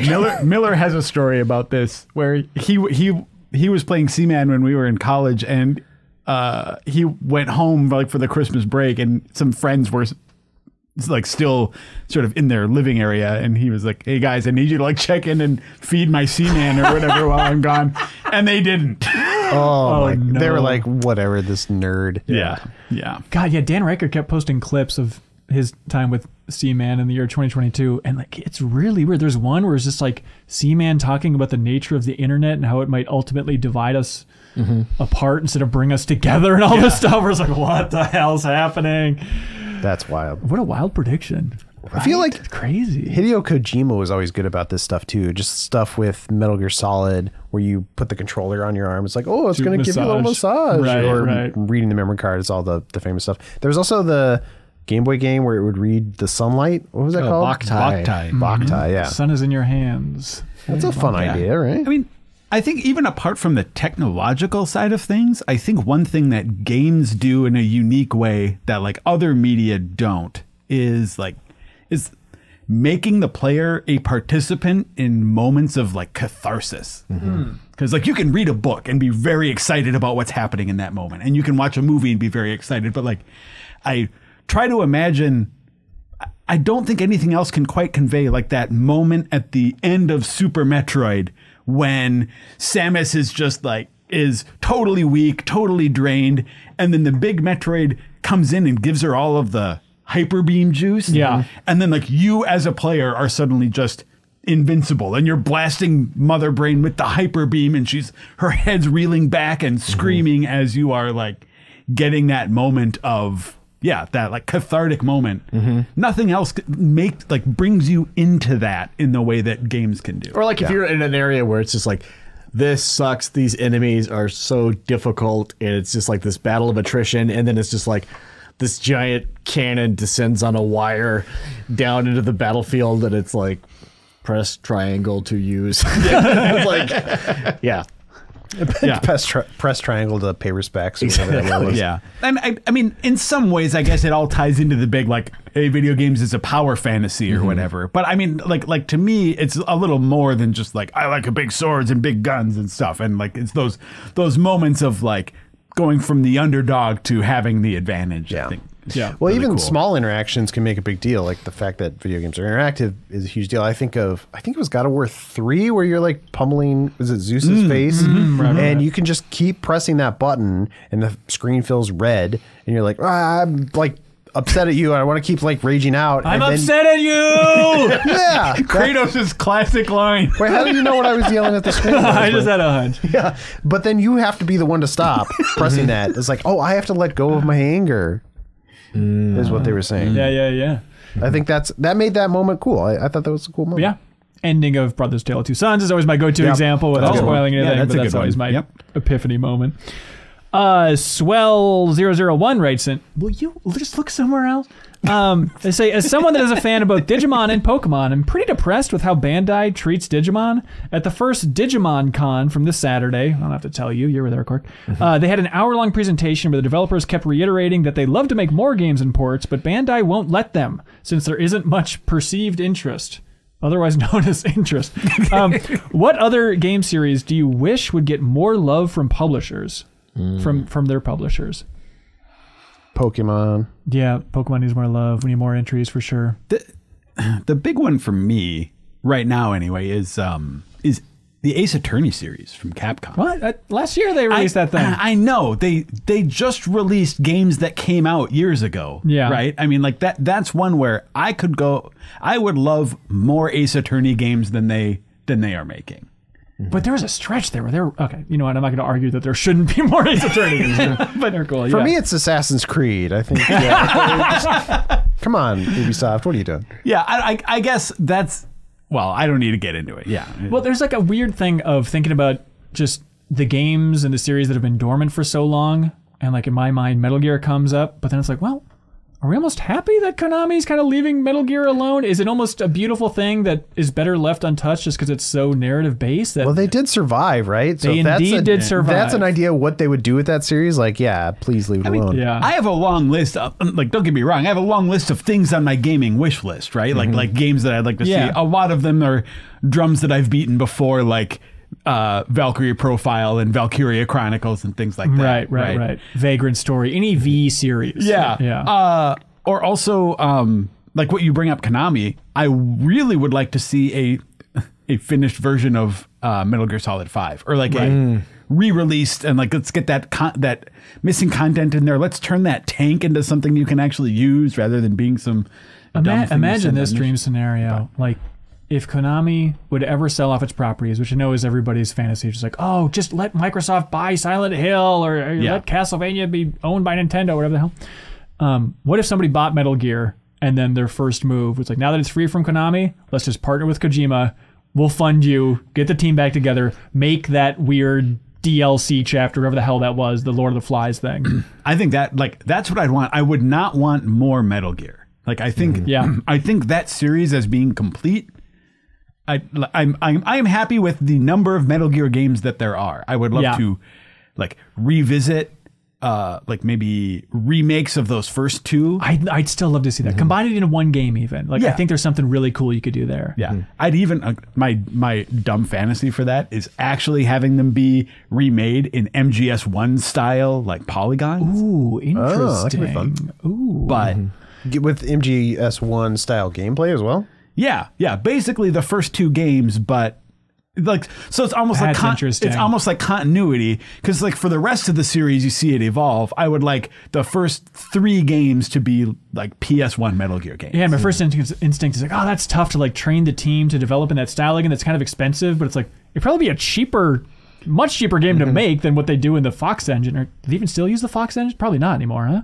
I mean, I don't know. All that text just sitting there? What the hell? I mean, do they still use it for I think that's the how Pro tech Evo? works. They use it for like pachinko cutscenes. That's right, that great looking Metal Gear Solid 3 thing. Yeah. I promise you, this is not like Clown Town joke time. Oh. I legitimately think that, like, Nintendo, I think, does not or did not know what to do with Chibi Robo. Because I think that it's a big, like, 100% serious here. I think that I really like the character, but I think the setting is as important. Like, those things work together beautifully, in my opinion. And, like, the subsequent sequels were kind of like, here, let's just go to a garden, or let's take some pictures with Chibi Robo, because Chibi Robo is what makes the game great. he's a component of it. But then like Ziplash, where it's just like this platforming game. I want to see like crazy depth of field, like really selling the idea that you're tiny, like Grounded does, I think, beautifully. Yeah. Really. Yeah. It's a gorgeous game. But in a home, I think that people have shown a tremendous appetite for like cozy games and like chill vibes, which I think are very important. And have some more customization options where like as a robot, you're not just cleaning stuff up, although that's an important part of it, but like helping the family out in different ways. Yeah. I think that would be amazing. And again, I think that what happened is Nintendo was dazzled by this cute little robot and was like, Right. he's the star of the show. Let's put this other weird family drama stuff that's very strange aside. We'll just his extension cord's like a zip line. Look, and it'd be stupid not to plug the idea that we have a Patreon goal right now. So if we hit 2,900 supporters on Patreon over there at MinnMax, we're going to do a full Let's Play of Chibi Robo with Sarah Podzorski and Jeff Cork in this studio. We can do it. Through it? I'll be there for sure. Yeah, absolutely. I'm perfect. looking forward to it. But that's only if we hit it. And we can hit it Yeah. if people jumped into the $2 tier from listening or watching this. Is that enough? That feels... I'm at the $5 tier, man. Really? Hey, thanks, man. Cork was the first Patreon supporter. $25 a month. You were the first one? Yeah. Wow. That's very impressive. 25. First one to pull out. It's 20. He doesn't know what he's talking about. Oh, okay. It's 25. Yeah. I chose my own amount. James Gameboy writes in and says, hey, not super gaming related, but how do you get a job that doesn't suck? Follow your heart. Yeah. I mean, so I have been thinking about this a lot lately. Yeah. Because I am starting to look for a job again. And part of what I'm realizing is that I think people get really caught up in the idea of a dream job really easily, right? And that somehow it's this like magic key to happiness if the tasks at your work are things that you are passionate about that you're getting paid for. And I think this ties in well to a conversation we were having earlier, which I feel like I could do a lot of really stupid or terrible jobs and still enjoy them if I enjoy the people that I'm there doing them with. Totally. Right? Yeah. So I think the key to getting a dream job or whatever is maybe letting go of the idea of the specific duties or job description of that job and thinking more about the people and the environment and the impact that you want to have at the job you're doing. Well, but I agree with you. But like, how do you do that then? Because you don't know who your coworkers are going to be until you start working there, right? Yeah, I mean, I guess a lot of that has to do with Knocking on the doors ahead of time.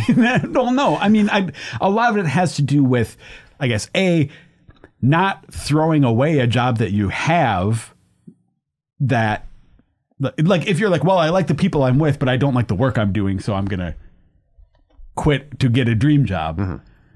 You might get that dream job and then realize that you don't like the people you work with and it's not worth it, you know? Yeah. That's a good point. That's a good outlet for sure. I remember too, and it's hard for us to say stuff because I feel like we've been lucky enough to be in a position where we've had dream jobs or jobs that people look up to as like, that'd be amazing. Yeah.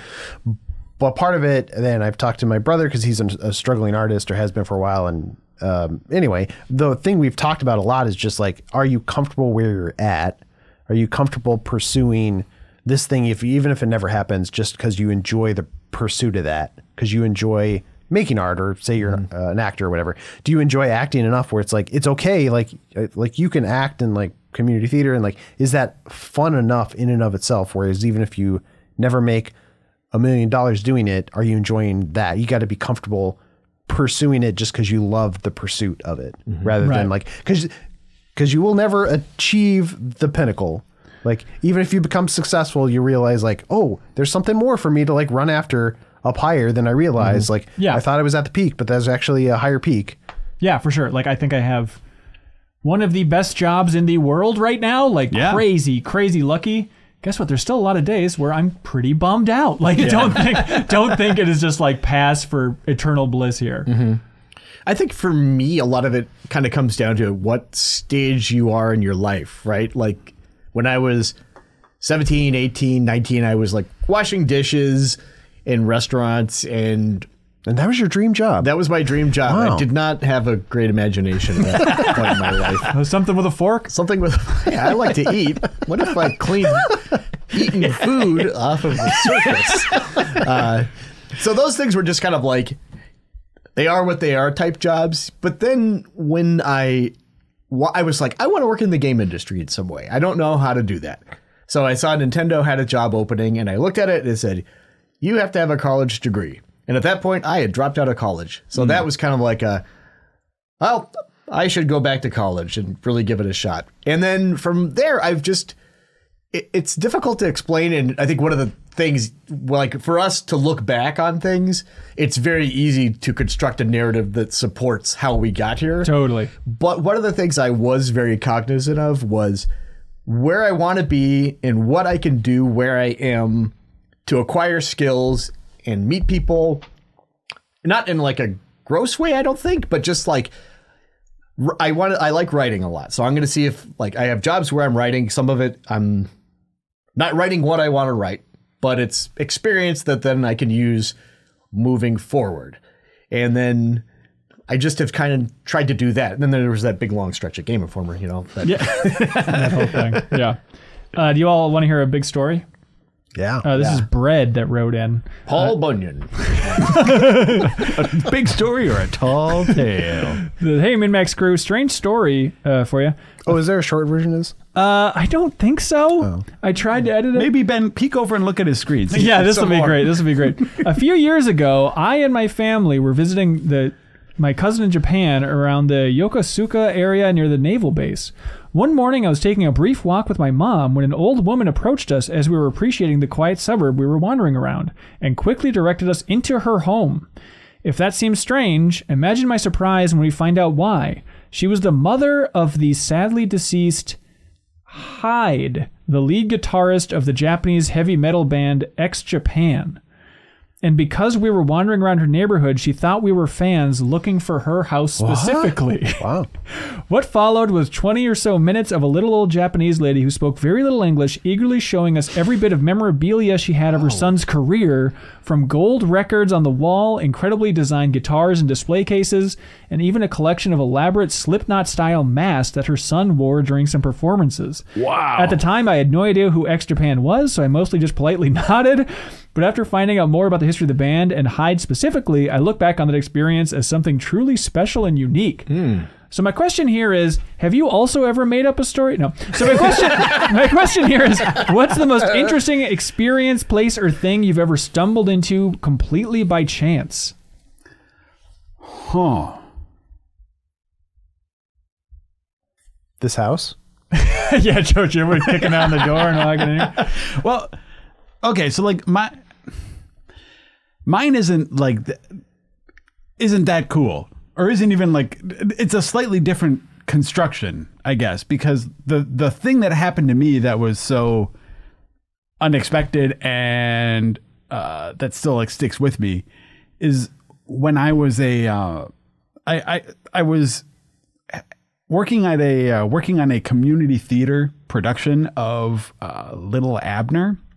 And Little Orphan Abner? Little Orphan Abner. Yep, that's a show. But it's so what happened was one of the cast members was sick and was not able to do the show that day. Oh no. And I had some theater experience and I was helping out on the show anyway from on a tech capacity. And because it's community theater, you don't have like understudies for townspeople, like, you know, it wasn't even, it was a speaking role, but it was a smallish part. So this was one of those things where because I was there and had some experience, it's like anyone who's listening who has like been a part of theater in their life knows that this is like a persistent anxiety dream that you can have. Right. Like showing up to a test unprepared or in your underwear or whatever. Mm-hmm. The idea of, oh God, I'm about to go on stage and I don't know my lines. Oh my God. Except I was actually about to go on stage and did not know my lines. So I had like the script. So fortunately, when you're working on a show, you you hear, like during rehearsals and stuff, you hear it enough that But it's that, not. but that like puts more pressure. I'd rather go in completely cold, so there's zero expectations. Like I'm just going to read the script on stage, everybody. Yeah. I've never heard this before. So I was doing the terrifying thing of like between scenes, like flash memorizing, like I couldn't even memorize the whole scenes. It was just like, okay, wait for this line, and when they say this line, say this thing. And then wait for this line and say this thing. It was like cramming for a test in minutes. God. Wow. And we got through it. But What you should have done is on the back of your script wrote newspaper. extra. Yeah. So that was, I mean, again, God, that's terrifying. not as totally random, but that's a thing that's that I got interesting. like pulled into unexpectedly that it feels exactly like it feels in your dreams when you're God. terrified of it. Yeah. I think of Waiting for Guffman, which is one of my favorite movies. When they're about to go on stage for the first time, Fred Willard, he's like, okay, remember everybody, if there's a pause in the show at any point, just yell at a line. Even if it's from another play, just shout out a line. This question made me think of, maybe not the most exciting, but we were on the Dreams cover story trip in England around Guildford, and JV and Elise and I were on the trip, but JV was in the hotel for some reason, and so Elise and I went to the town of Sheer, which is this tiny town outside of Guildford, just to like wander around and have some beers and stuff. And we were literally following, it's like there was just this dirt path leading out of the town. And we had a couple beers, we're wandering around graveyards for a while. It was a good time. We're like, let's just wander this path. I think there might have been like a dog walker on it or something. Let's just follow them. They seem to know what's going on. And so then we're just like in these rolling English hills that were beautiful. And then we came across this house and there was a plaque next to the house. Like, what is this? And the plaque said, Hyde's house? this is nice. And then the Japanese mother came out. Gosh. No, and the plaque said, this is the house from The Holiday, the 2006 romantic comedy where like Kate Winslet lived or wanted to live or whatever. And both of us are like, what the hell? Like we're in the middle of absolutely nowhere. And it's like, hey, check out this novelty house. And I both of us were like, I think it's like an old movie. We're thinking of Roman Holiday. I mean, how could you even see the house through the crowds of people? It was like one cow. I see what this is. Americans coming through. But then, like, I went back and was talking to people, and everyone's like, "Oh yeah, The Holiday. It's like a modern rom-com classic." So I had to like watch it with the girl I was dating with at the time. I was like, "Oh, that's cool. There's that house. that's funny. There it is. Look at that." I remember it was probably my first trip to England to visit Rare, but I had like a day in London itself, and my hotel was across the street from some museum. I was like, I got half a day. I'll go see what this kind of wander past the museum, see what's in there. And I was like, oh, hey, looks like it's free, because I didn't know at the time, but most of the museums in England are free. So I walked in, and right there in the middle of the lobby was the Rosetta Stone. And I'm like, what? Yeah. This is wild. And then I was like, I guess I'll check out this museum. And I was also like bleary-eyed and kind of tired. So I got a Red Bull from the gift shop and was like, let's go. And there's parts of the Parthenon and all the stuff that Europe stole, or England, like from all those countries around there during World War II. Like there was some cool stuff in that museum. Yeah, the British Museum, right? Yeah. But I didn't know, because I didn't know how to read at the time. This so little museum, the British Museum. I was like, oh, some museum. I just saw the word Stone museum. columns, enormous place. Buses stopping in front. Oh, little hidden gem. Fine. I know it's not as cool as the house that you saw from Holiday. That's right. Chris Logan writes in and says, hello, Ben and the Flashback crew. I recently learned that Mystery Science Theater 3000 is based in Minneapolis and began on a local station. Right next to the old Game Informer office. It was right next door to the. I wasn't there, but Joe, were you there? No, I wasn't there. This is either. the Eden Prairie office. Yeah, I before heard all one the that we stories worked from on. Reiner where they would have like sets and stuff they built from the skits, like right out front of of the Game Informer offices. That's so weird. Yeah. So were any of you early fans of the show? Does a favorite episode or bit from Mystery Science Theater stick out to you? Oh yeah. You know the right audience here. Yeah, of course we're all fans of Mystery Science Theater 3000. My favorite episode, I have two, is I love Final Sacrifice, which is the one with, it's a Canadian movie with Rousdower, which is he's the perfect, he's supposed to be some hero, but he looks like he's just a hockey playing dude in denim. Huh. And there's this little like wimpy kid named Troy that he's helping out, and there's this recurring joke that goes through it about Troy being a big fan of what? Okay, so like I don't actually know this guy, but Larry Zonka, who's like a hockey player. Okay. I think. Anyway, lots of hilarious. I mean, you can't describe the hilarity of a It's Mystery impossible. Science Theater It's episode. impossible. But there's that one, and then there's Mitchell.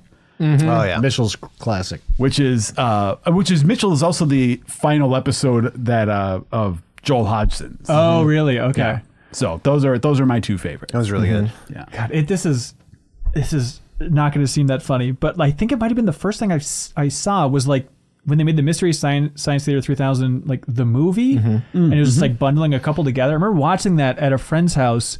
And there's one joke that I don't even know if it's funny, but it slayed me at the time. So it's like the first time I've ever heard of a joke like this, where it's aliens land or something, and they're talking about spaceships, and one of the guys in the movie is like, "Oh, these aliens could be from anywhere. They could be from Mars or Jupiter or Neptune." And then the Mystery Science Theater guys go, "Or Mars!" And that just slayed me.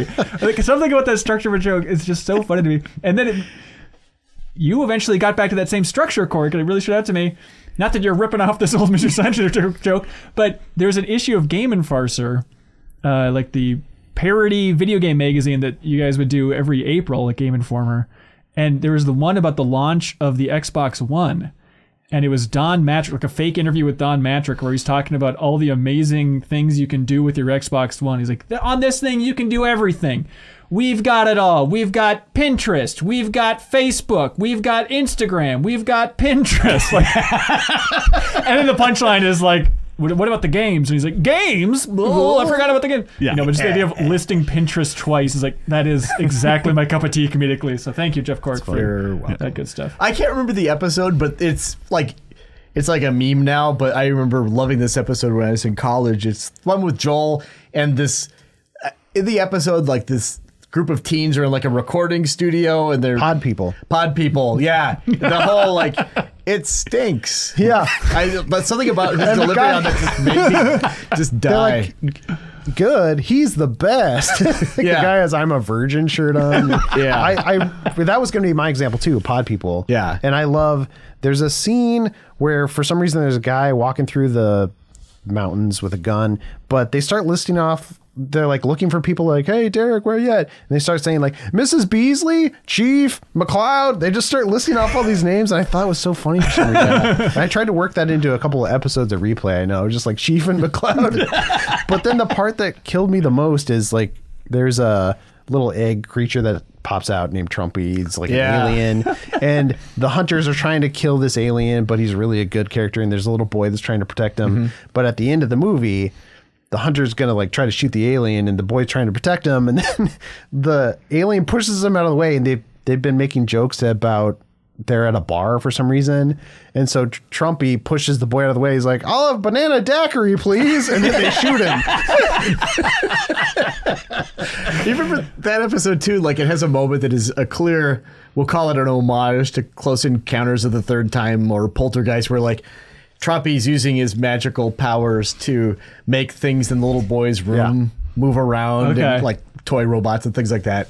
And it's such a dumb line, but it's just like he says, "Trumpy, you can do stupid things."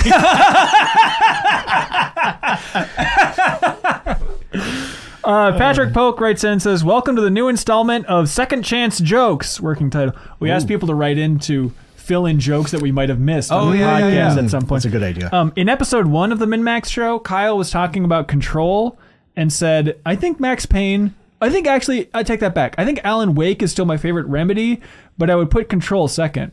And somebody could have joked that they thought Laughter was his favorite Remedy. Oh, I was going to say Tylenol. Yeah. Well, we can always go back in time and re-record that first episode for you, Patrick.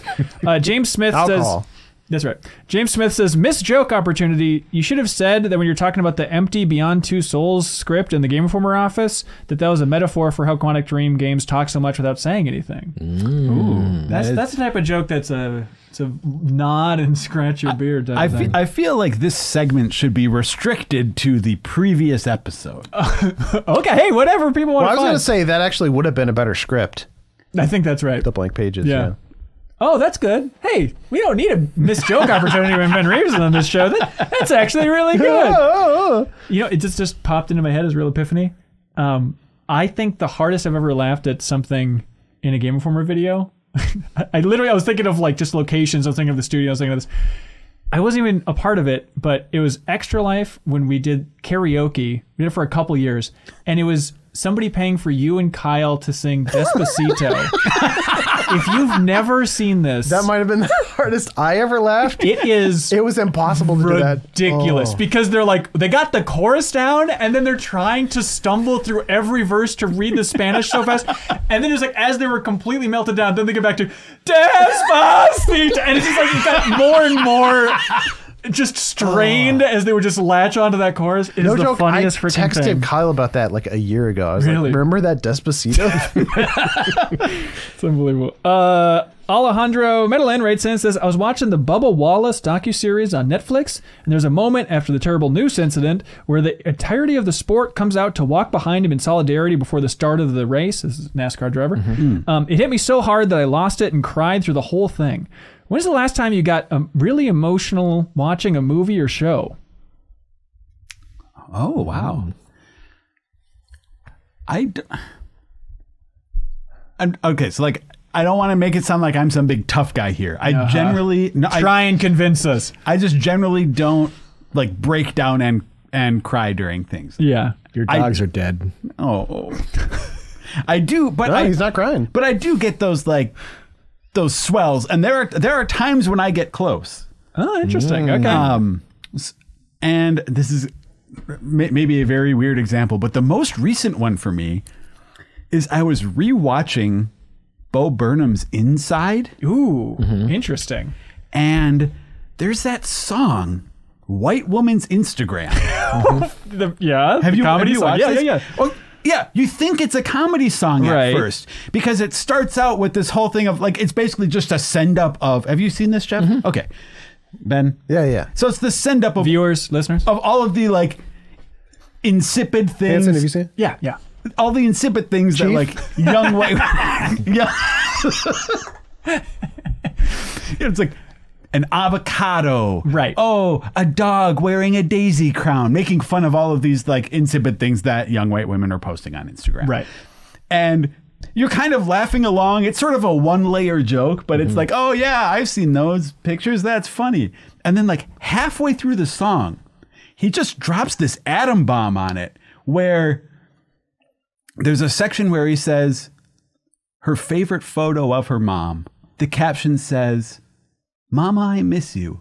I miss sitting with you on the front lawn." And it That gotcha? goes on. Well, because it goes on about, because the things that he's been making fun of are like, oh, dumb pictures with her Right, boyfriend right. and her painting her stupid house or her dumb apartment in overalls and stuff. It's like all these things he's been making fun of her for. And then this one thing is like basically the other side of the coin of her like talking to her dead mother and saying, basically like, I'm doing my best, but I think, like Right. I found a boyfriend. I really love him. And That's interesting. Your daughter didn't do too bad. Right. And then it cuts again to a bunch of insipid stuff. But suddenly everything after that is colored by that moment in the song, right? Like suddenly you're thinking, you're not pointing and laughing. You're feeling like garbage for laughing for the first half of the song. Yeah. Because now you're like, oh God, like there's a real person behind those posts. White women aren't awful and like, by default. but also then the message Somebody had of to say it. like who knows what everyone is like going through, and yeah, what you're putting out on social media is a facade in a lot of ways and insincere, but like sometimes what's really going on is not the thing you're wanting to share with everyone. Yeah. So anyway, that got me. Interesting. I was thinking of when Moana came out, Cork. I remember coming to the office because you had seen it in theaters as well. And I was like, yeah, I had this weird experience where I don't know why or how, but the song How Far I'll Go melted me, and I could not stop crying and Corky. Like I was in the exact same camp. Something about, especially seeing that just in the theaters and how loud it was, just like, why is this song just destroying me? Something that destroys me generally in movies is like people doing their best. Right. Something about that. I think I'm generally a pretty empathetic person, and like something about like bad stuff's happening and then like, but they're not giving into it. They're just doing the best they can. Like the end of Boyhood, for instance, just destroyed me in the same way. Like, I think of the obvious, it feels cliche and it's sad that it's cliche at this point, but I think of like this Toy Story 3 scene in the incinerator, and like, speaking of trying their best, like the fact that Woody is fighting so hard to get out of there when everybody else had already resigned. It's like, oh my God, it's so brutal. Yeah. Oh. Yeah. Is this supposed to be just entertainment that's made us cry? Yeah. I mean, it doesn't have to make you cry either. Emotional. What if something made you feel exceptionally joyous? Well, was it Encanto? I'm trying to remember how that ended. There's something, I feel like in a recent Disney movie I watched. This is going to be a good story. But this is unbelievable. But that made me sort of cry. But then I was like looking at my cat and I was like, he's so tiny.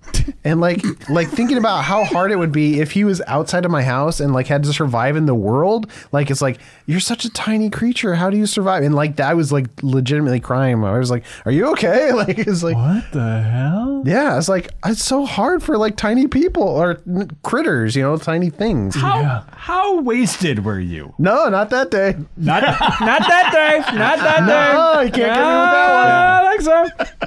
Let's see. Hey, dumb question. I feel like a lot of people who have kids say this, that like they get so much more emotional watching movies. Do you? Because when I think of like getting really emotional about media or like listening to music, it's like, well, that's like you have peak emotion listening to or consuming media when you're a kid, right? But is that not the case?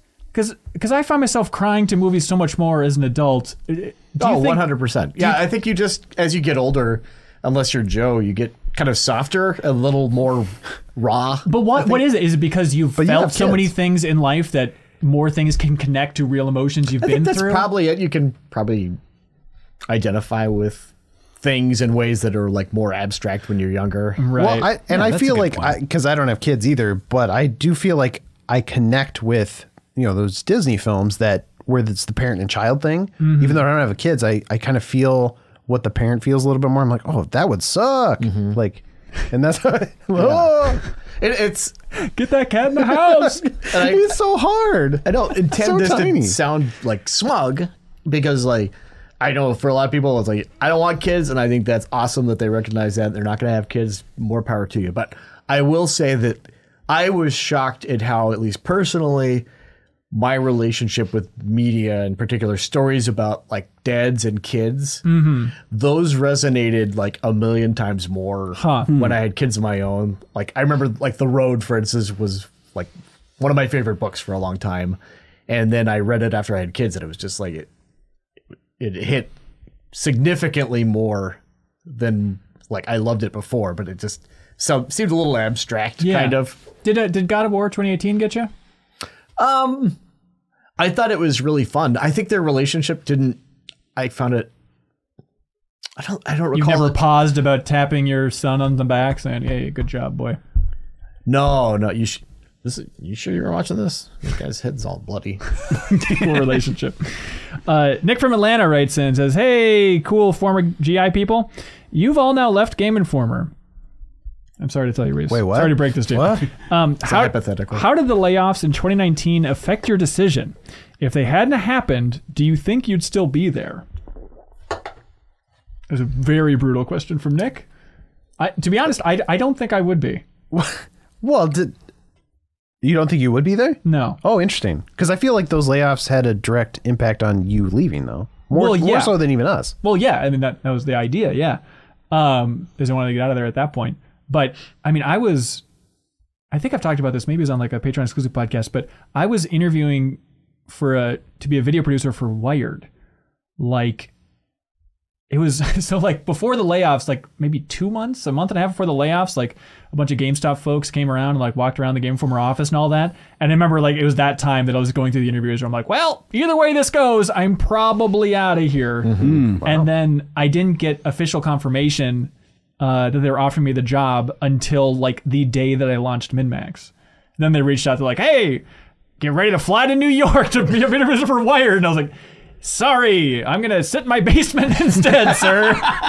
If that had come in a day earlier, do you think you'd be doing that instead? No, because right when the layoffs happened, I started like building up MinnMax and building up the studio in my basement and stuff. So like financially, I was already kind of in the tank for like, I'm committed to at least trying to launch this thing. Yeah, so it was a weird thing. So I think I would have left probably either way, I'd imagine.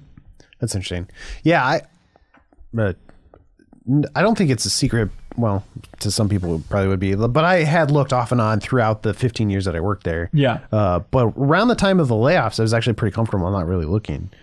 And then when those happened, I was like, maybe I'll start looking a bit. And I wasn't in a huge rush, but I was looking for like the 2 years. Yeah. Until I finally got this job. Yeah. So I think I don't know. That's a good question. It's like, maybe I'd still be there. Yeah.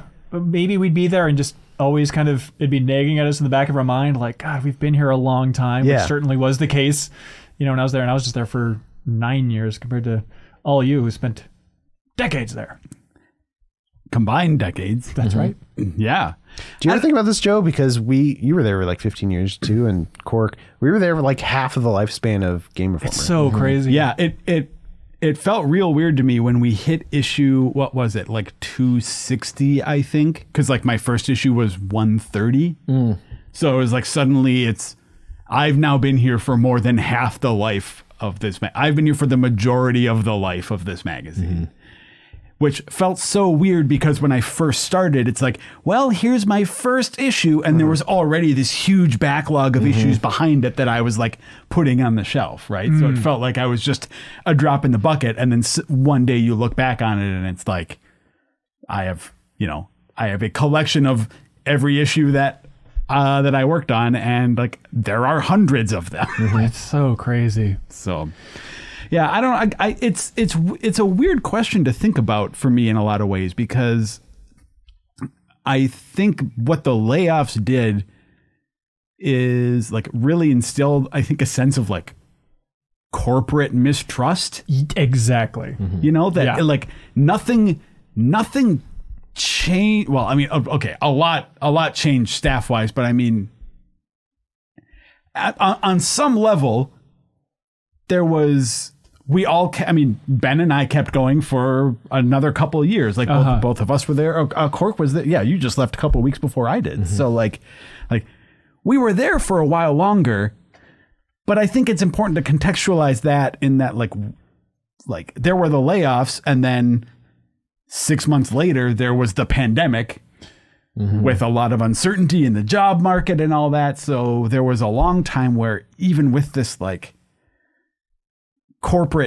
this mistrust of the corporate entity there was still there's like, well, having this job is better than no job. Right. Like in the pandemic, we're working from home. I'm still working with these people I like. And no matter how even if I'm feeling bad about this, there are people on staff who still want to be here and want to be doing this. And I want to like, if I can stay and help them for a while longer, right. I'm happy to do that too, with that. So that's sort of what I got caught up in there after the layoffs. But I feel like if they'd never happened and it was just, July 2019 on the timeline forever going past that, no one else left, no one like no big changes, I think I probably would have kept riding it out. Yeah.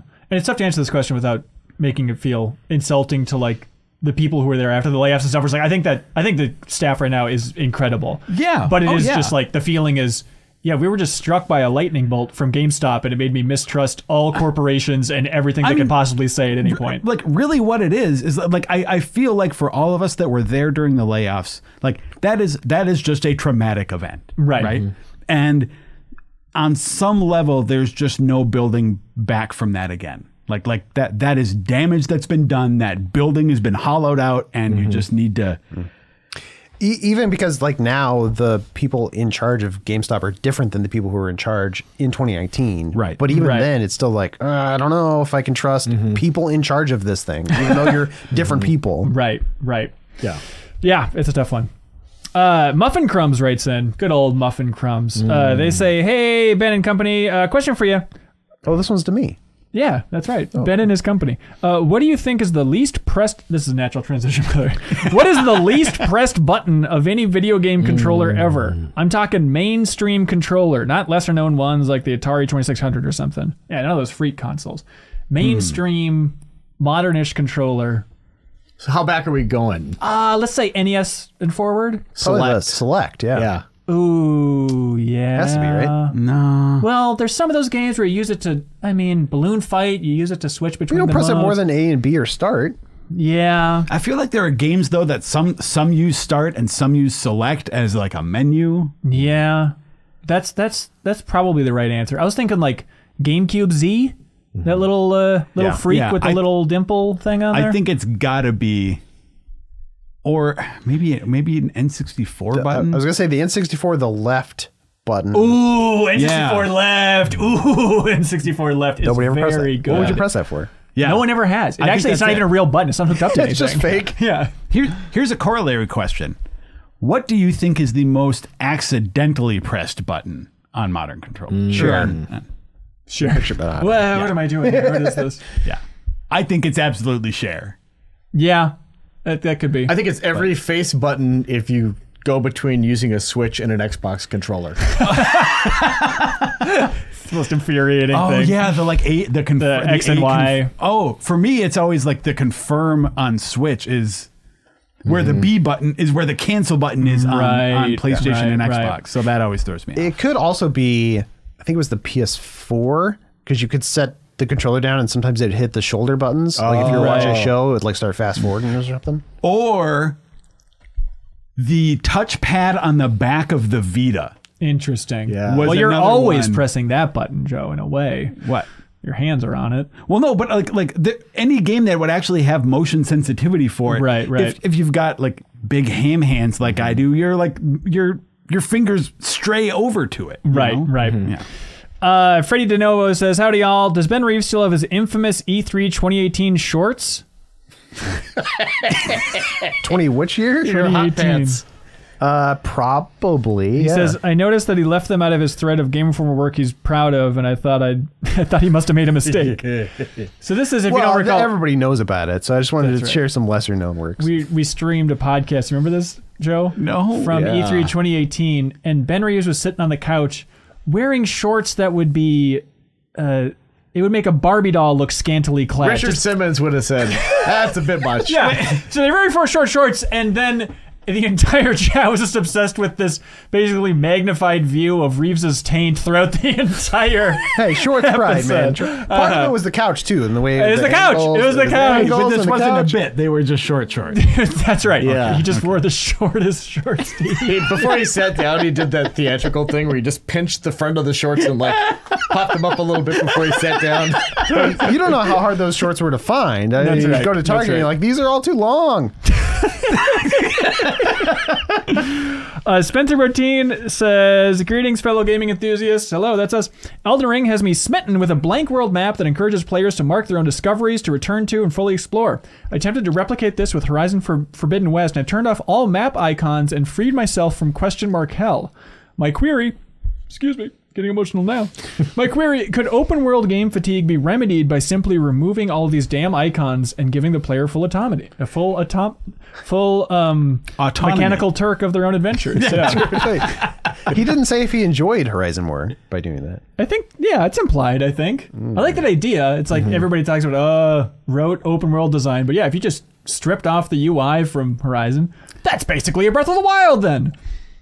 I feel like the problem is not the UI. Yeah. Like open world fatigue is not too many icons. It's too much space and too little of consequence to do. But, you know, like I think if you want, for me, if you want to fix open world fatigue for Joe specifically, Yeah. you have smaller worlds that you don't need, to like get on your mount and ride 7 minutes to get to your destination. You have a world that is like, I mean, if you have a mount, that's fine, but just not that huge size. And then you have activities that aren't all just repeating the same things, right? Like, I think there are lots of things like open world wise that I think you can criticize the Assassin's Creed games for, and Valhalla specifically. But one of the things I love about Valhalla's open world are those little like story missions that are peppered around there. Yeah. Like, each one of those is unique. They take a couple minutes each to do. They're limited to that space. So it's not like side quests that are like, oh, now go to this cave. Oh, and now run up this mountain. Oh, and now go to kill this bandit camp. It's just like, hey, I lost my cat. And then you go around the house, there's the cat. But it turns out that it's the wrong cat. Oh, well. And then it's like story over. Dun. Yeah. It's like, XP. So I think the issue is like variety in the open world and making sure that you have enough cool things to do, rewards, making sure that the players want to get the rewards for all of those different things, and making sure that there's just like not bloat everywhere. It's such a tricky thing too, because like, I agree with you. You remember like the moment in Red Dead Redemption when you're on the mount and you're going to or from Mexico. To Mexico. Yeah. That song plays and it's like this really long journey that's exciting. I feel like I used to resist fast travel in open world games, and now it is just not possible. Like, I'm playing Horizon Forbidden West right now. I'm loving it. But I am just fast traveling the hell out of it because it would be equally unnatural to have everything follow this linear path. And I understand that, but it seems like in this, the decision was made where everything is going to be very, very far apart. And the world is constructed in such a way where you're incentivized to like fight those random monsters, because if you knock parts off, you can then get pieces that you use to override them. And later, I mean, there's interesting loops there. Yeah. But at the same time, I just, at a certain point, I'm like, I don't need to gallop across this interesting looking place for 10 minutes. I wonder to what degree like game developers today are still chasing the Fable fantasy, right? Of like that original Fable from like Peter Molyneux pointing to that mountain in the background and saying like, see that mountain? You can go there. And how that was like captured such a fundamental just like desire of players to do. And now it seems like every open world game is like, you can go to all those mountains. It'll take you a few minutes to get there, but you can go to all of them. And when you get there, I don't know, you just look up and it's a mountain. Yeah. Climb back down. I think you just have to have that sense of wonder, though. I think Elden Ring is really nailing it, Joe. I know you haven't jumped in there yet. I know you weren't in love with Breath of the Wild overall, even though you liked it. You liked it as a game. Thank you. Yes, thank you. Yep. Yes, thank you. Yes. But I think it's just that constant sense of, what is this game? What is this thing I'm looking at? And when that's the reward compared to XP or some other nonsense thrown in there, like, it just feels like so much more of an interesting experience. See, I play a lot of open world games though, and like people gushing about like, hey, if you see something interesting, if you go there, chances are you're going to see something cool. Is Elden Ring people? It is. That's like that's every open world ethos game. of every open world game. That's so you done don't right. You don't feel this different sense of discovery in Elden Ring compared to a lot of other open world games that you play? No, not really. Really? Yeah, I think for me at least, I have played it for a couple hours, and I have to stop because the frame rate is so inconsistent on PS5. Really? I'm a real sucker for performance mode, and I need like, I spent too much money on this stupid console. I need it to run at 60 frames per second consistently. You know what I mean? Because otherwise the up and down thing just I find really nauseating. Interesting. Yeah. I like what Joe had to say. For once. Oh, gotcha. No, but I think part of the problem is like people need to make more interesting worlds. Yeah. But I think the other problem, to get it back to his question of like how to remedy that, is like people need to stop making every game open world. I'm I like open worlds from time to time, but there's a lot of great games that can be made that are not open world, and sometimes people will make, well, we're making this one open world. It's like, but this would be a better game if it were a linear campaign that you were able to construct. Stuff like The Last of Us, for example. It's a great game, and it doesn't need to be. It wasn't an even if it started game. As a more open design, then they're like, they probably were like, this doesn't work. That's why we need to make it a non-open world game. Yeah. No open worlds are hot again, though. Elden Ring has proven that if you shift your franchise into open world, it doubles the quality. Swiggity Swoo writes in and says, hey, I don't have a question this week. I just wanted to say, since it's maybe the last time all these goons are in the same room together and I have a platform to address them, I've never agreed with Joe Juba's reviews. Sorry, I'll stop undercutting all these great That's sentiments. fair. No, he says, thank you, all of you, so much for the content that you've put out into the world. I've been reading Game Informer since I could read, and over time, coming to learn all the personalities of the editors has really meant something to me. And Ben Hansen forming MinnMax after the shattering of the staff at GI is honestly a gift that I didn't expect to receive. I often find myself rewatching old Super replays as if they are comforting and light in a world that has become all too dark. It might seem impossible that you've touched someone so definitively, having never met them, but in the uncertain landscape that is the human experience, we often find ourselves attached to seemingly insignificant entities. That's us. You guys have always been people I wished I could be friends with because the people in my life didn't understand a lot of the things that I was into, and it was nice to not feel alone in the world. Hell, I didn't mean to get so sappy, but you dudes have really had a positive impact in my life, and by God, I needed to tell you about it. Thanks for the laughs. I'm going to miss hearing from Dr. Bobby S. Reeves a lot. Wow. That's very thanks. sweet. Isn't that nice? Oh, hell. Oh, hell. Yeah. Well, I think on that note, there's only one thing we can say. Huh?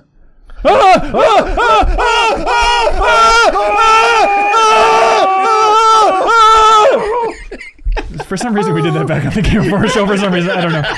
I don't know why that became a thing. What do y'all like for question of the week? There's a lot of good ones. I wasn't listening to it. What? You didn't tell us that we had to this time. I liked Why We Play. That's that The one. one from the article in That was a great question. I that you like posed. the one, and I think it's telling that I moved it to the top here that we opened with, just about like why do the Game Informer folks stay together in such a way. That's a good sentiment. I think that's an appropriate one for this episode. Yeah. That or Mystery Science Theater. That's true. That's true. Well, how about this one? Let's give it to Brian Tylek. There we go. Thank you so much for submitting that question over on Patreon. Again, support us at the $2 tier. You can submit a question, and if you win, you win a great prize from iam8bit. Now it's time for something, and don't you forget it. That's called Get a Load of This. What a jingle. All right, here we go. Here we go, folks. Who's got something good? Mine. I'll go first. This one's a little bit lighter, but it's one of those like interesting things from the industry. Hey, y'all, get a load of this. We all know. God, how do you pronounce his name? Vatvidya, that does all the From Software deep dive lore videos. He's very, very popular in the From Software community and all that stuff. I was really fascinated by his video that's like a beginner's guide to Elden Ring. Was on his channel and got millions of views. And then it was also officially posted on the official Bandai Namco YouTube channel. Whoa. Like it must have worked out some deal. And then he left a comment on that video where he said, I was really happy to do this, as both Bandai Namco and myself are keen to help new players stick with the game. But it's really interesting just to see a publisher be like, yeah, somebody in the fan community has gotten to a level, like, we'll just probably pay him and then take his video and put it on our main channel. Yeah. It's just like a cool win-win, but I thought that was really interesting. Huh. Yeah, weird deal. That's Very cool. You got one, Cork? I do. I know that this was something that they had announced was coming, but I believe it's today. Forza Horizon 5 has added in its accessibility features a picture-in-picture of ASL or BSL for I think 150 cutscenes, and I downloaded it just to check it out. It's really cool. Hell yeah. Yeah, I will say, kudos for recognizing that it adds a little more color to those moments. I still think that you know how the radio stations, they always talk about you as a person in the world and all the amazing things Jeff. you're doing. Yeah. Yeah. The DJs, those are not subtitled, which I feel is a real miss, because I think that people who need subtitles are missing out on a big back padding stuff that's happening in that world. But I think the little picture-in-picture, you could choose what corner it goes in. Ooh, you could have fun. a background or not. They really did a great job. I want to with turn my car into that. Can I put it just in the middle of the screen directly over the car and it looks like the person signing is going off jumps and cool stuff? Yeah, that's required. That's required. Oh, interesting. That sounds great. I should have led with that. Yeah. Joe, you got some? Yeah, I do. This seems like the kind of thing that probably made the rounds on Reddit a long time ago or whatever, but a friend of mine recently pointed out to me that, so do you guys know where the name, like how nachos got their name? No. So nachos got their name from a guy, the guy who invented them in like the 1940s, named Ignacio Okay. El Nacho. That's where it came from. But He's a cheesy guy. coincidentally, if you look at like nacho cheeses, like Velveeta and stuff, the chemical ingredient in those cheeses that makes them in nacho cheeses that makes them all smooth and silky Okay. is sodium citrate. And if you This is leading to chemtrails talk, isn't it? Nope. Okay. If you make sodium citrate, it's like chemical formula. Oh no. NaCHO. Oh no. That's like Breaking Bad. Nacho. Is that a coincidence? Yes. Wow. Because when I saw that, I was like, oh, that's why it's called nacho cheese. It must be because like that's all what the it dorks spells out there? Yeah. No, it was called nacho. It's called nachos because of this That's guy. weird. That's weird. But coincidentally, there you go. I was thinking about cheese this morning too, and I learned that Cheese Whiz is used as kind of a punchline for idiotic American indulgence, and it's just this stupid thing. Invented in England. Yeah. Take that, England. There you go. What about easy cheese? Do we get easy cheese? Probably Canadians. Oh, Easy we're cheese. Victimless. Victimless. Nothing wrong with ever blameless. done. We only do good things. Thank you. We got Reeves. Yeah, I've gotten into. Well, first of all, I could get used to this. Yeah. Am I saying it right? Yep. That's how it Okay, works. That's how the segment works. Yep. Yeah. I've really gotten into. I call them vegan stunt videos, where it's like people trying to make things but make them vegan. Like you can make bacon out of banana peels. There's a video I watched. Fun. Or you can make like a ham out of watermelon or ribs out of mushrooms. But anyway. Is this just like cosmetically it looks like these things, or you can actually eat No, them? they're trying to simulate the actual like taste okay, interesting. of these things. And so there's one that I've been excited to try and haven't tried it yet, but I'm probably going to do it, where they made hot dogs. This is from Merle O'Neill at Goodful on YouTube. They made hot dogs out of carrots. So they peeled carrots and boiled them in some stuff to make them taste like hot dogs and then put them on a bun. Huh. You seem excited. That seems all right. Look, I'd try it. I love the concept of like, these aren't vegan recipes. These are like, this is extreme vegan cooking. 6 stunts. Yeah, for vegan stuff. Yeah. I assume everybody saw this. This made the rounds, but thank you, Kyle S., for posting it in the MinnMax community Discord. Joe, did you see that clip of Robert Pattinson when he's supposed to be doing an interview talking about the Batman? Tifa. And he just talks about Tifa and Eris for 2 minutes and how it was like this pivotal moment in his life of having to choose between them. What? No. This is Oh, you amazing. got to check it out, Reeves. It's really fantastic. If you didn't love Robert Pattinson enough, this will put everybody over the edge. Now, finally, people are going to go see that Batman film. Which is funny though, Dark because Knight? That's right. choosing between Tifa and Eris is like really not surfaced in Final Fantasy It's VII like at all. there's some numbers under the hood for the one date at the Gold Saucer. Yeah, it's way. But emotionally, Joe. Okay, I get it. You got to I get it. choose. Yeah. And for example, when it comes to the two of them, you are a. Oh, Tifa all the way. Yeah. Same here. It's the only correct choice. Sorry, Earth. Gotta go. Barrett. That's right. That's also an option. Also, speaking of Batman, we're going to be hopefully recording a Max spoilers for the Batman. So that'll be up on our YouTube channel soon. You can look forward to that. And Brian Ford will be on that one. Nice. Hey, and Ross Fund. All right. Thanks, everybody. We have more stuff. What's going on, Clark? You're so loud. Let's see. We got other stuff. Party Chat, our Patreon exclusive podcast, which you can unlock at the $5 tier on Patreon. It's a very fun group discussion every single week. This week we had Sarah and Janet on, along with myself and the MinnMax community, talking about the big reveal of Pokemon Scarlet and Violet. So if you're wondering what we think of that, you can check that out in the Patreon exclusive podcast and also help support us at the same time. Jeffem's also on there talking about his experience with Elden Ring. Spoiler, he likes it. And speaking of Elden Ring, we're going to be posting a bonus video, which is not a deepest dive, but it's going to kind of feel a little bit like a deepest dive later this week on our YouTube channel with my full thoughts on the big Elden Ring experience along with some friends. So look forward to that on our YouTube channel, and the podcast version will be in the Patreon exclusive podcast feed. Yes, Clark? Do you know what friends they are? I'd argue it's a best friend named Ronnie, yes, and a certain star of Hitman 3 named Grant, who are big From Software fans, and so we'll be talking about it with them. So look forward to that. You were hoping it was you, huh? No! Anybody but me. All right. Well, hey, that's it. Ben Reeves. Hey. Thanks for swinging by, dude. This is a fun thing to question on air. What's the official wording for how much you can appear on podcasts in the future? Do you have any idea? I don't actually have the official wording on that, Okay, but great. it is a thing I'll ask them. So if I can do it, I would love to be on again. Well, that'd be great. We'd love to be back for Extra Life, something like that. But we understand the corporate world is a wild place, and we wish you luck, dude. Yeah. We're all proud of you. Thanks. Yeah, if nothing else, I don't know, maybe you can interview me for like, make a game. What? You would like to talk to me again? Do a developer interview with. I see. This is how most developers pitch it. Is hey, how about you interview me? I'm about to make some interesting stuff. That's how they do it at E3 and stuff. Yep. Just developers handing out, hey. Yoo-hoo. Miyamoto just on the side, like, come on. Come over here. I think it can all be summed up by there's a comment on the last episode of the Game Informer show that made me laugh, where somebody just commented. They said, "Good luck on video games, Ben." And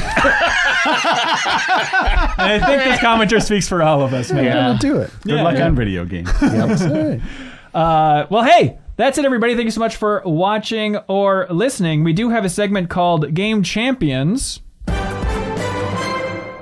where you can choose any game under the sun to become the official champion of that game. We have a whole new batch in March, so you can still jump in there at the $50 tier if you want to choose any game under the sun. We'll list you as the official champion, tweet it all out. For example, we have people like Steve B. He chose Jack 2. PrettyGoodPrinting.com chose Ultima Online. DominicCichocki, Joe, you'll like this, chose Xenosaga Episode 1, of course, as the game he wants to be the official champion of. And I thought it'd be only right, Reeves, to make you an honorary game champion for free. So you're officially on the board, dude, with Panzer Dragoon Saga. Oh, nice. Whether you want to be or not. No, that's a great choice. Is that your favorite game? It's a game that I've said at times is my favorite game. There it is. you So go. you're officially the game champion. Congratulations, dude. Now you have an NFT. Thank you so much, everybody. Thank you all for being here, and we'll see you next time with a new episode of the MinnMax Show podcast. Until then, be good, have fun, let's go. Bye.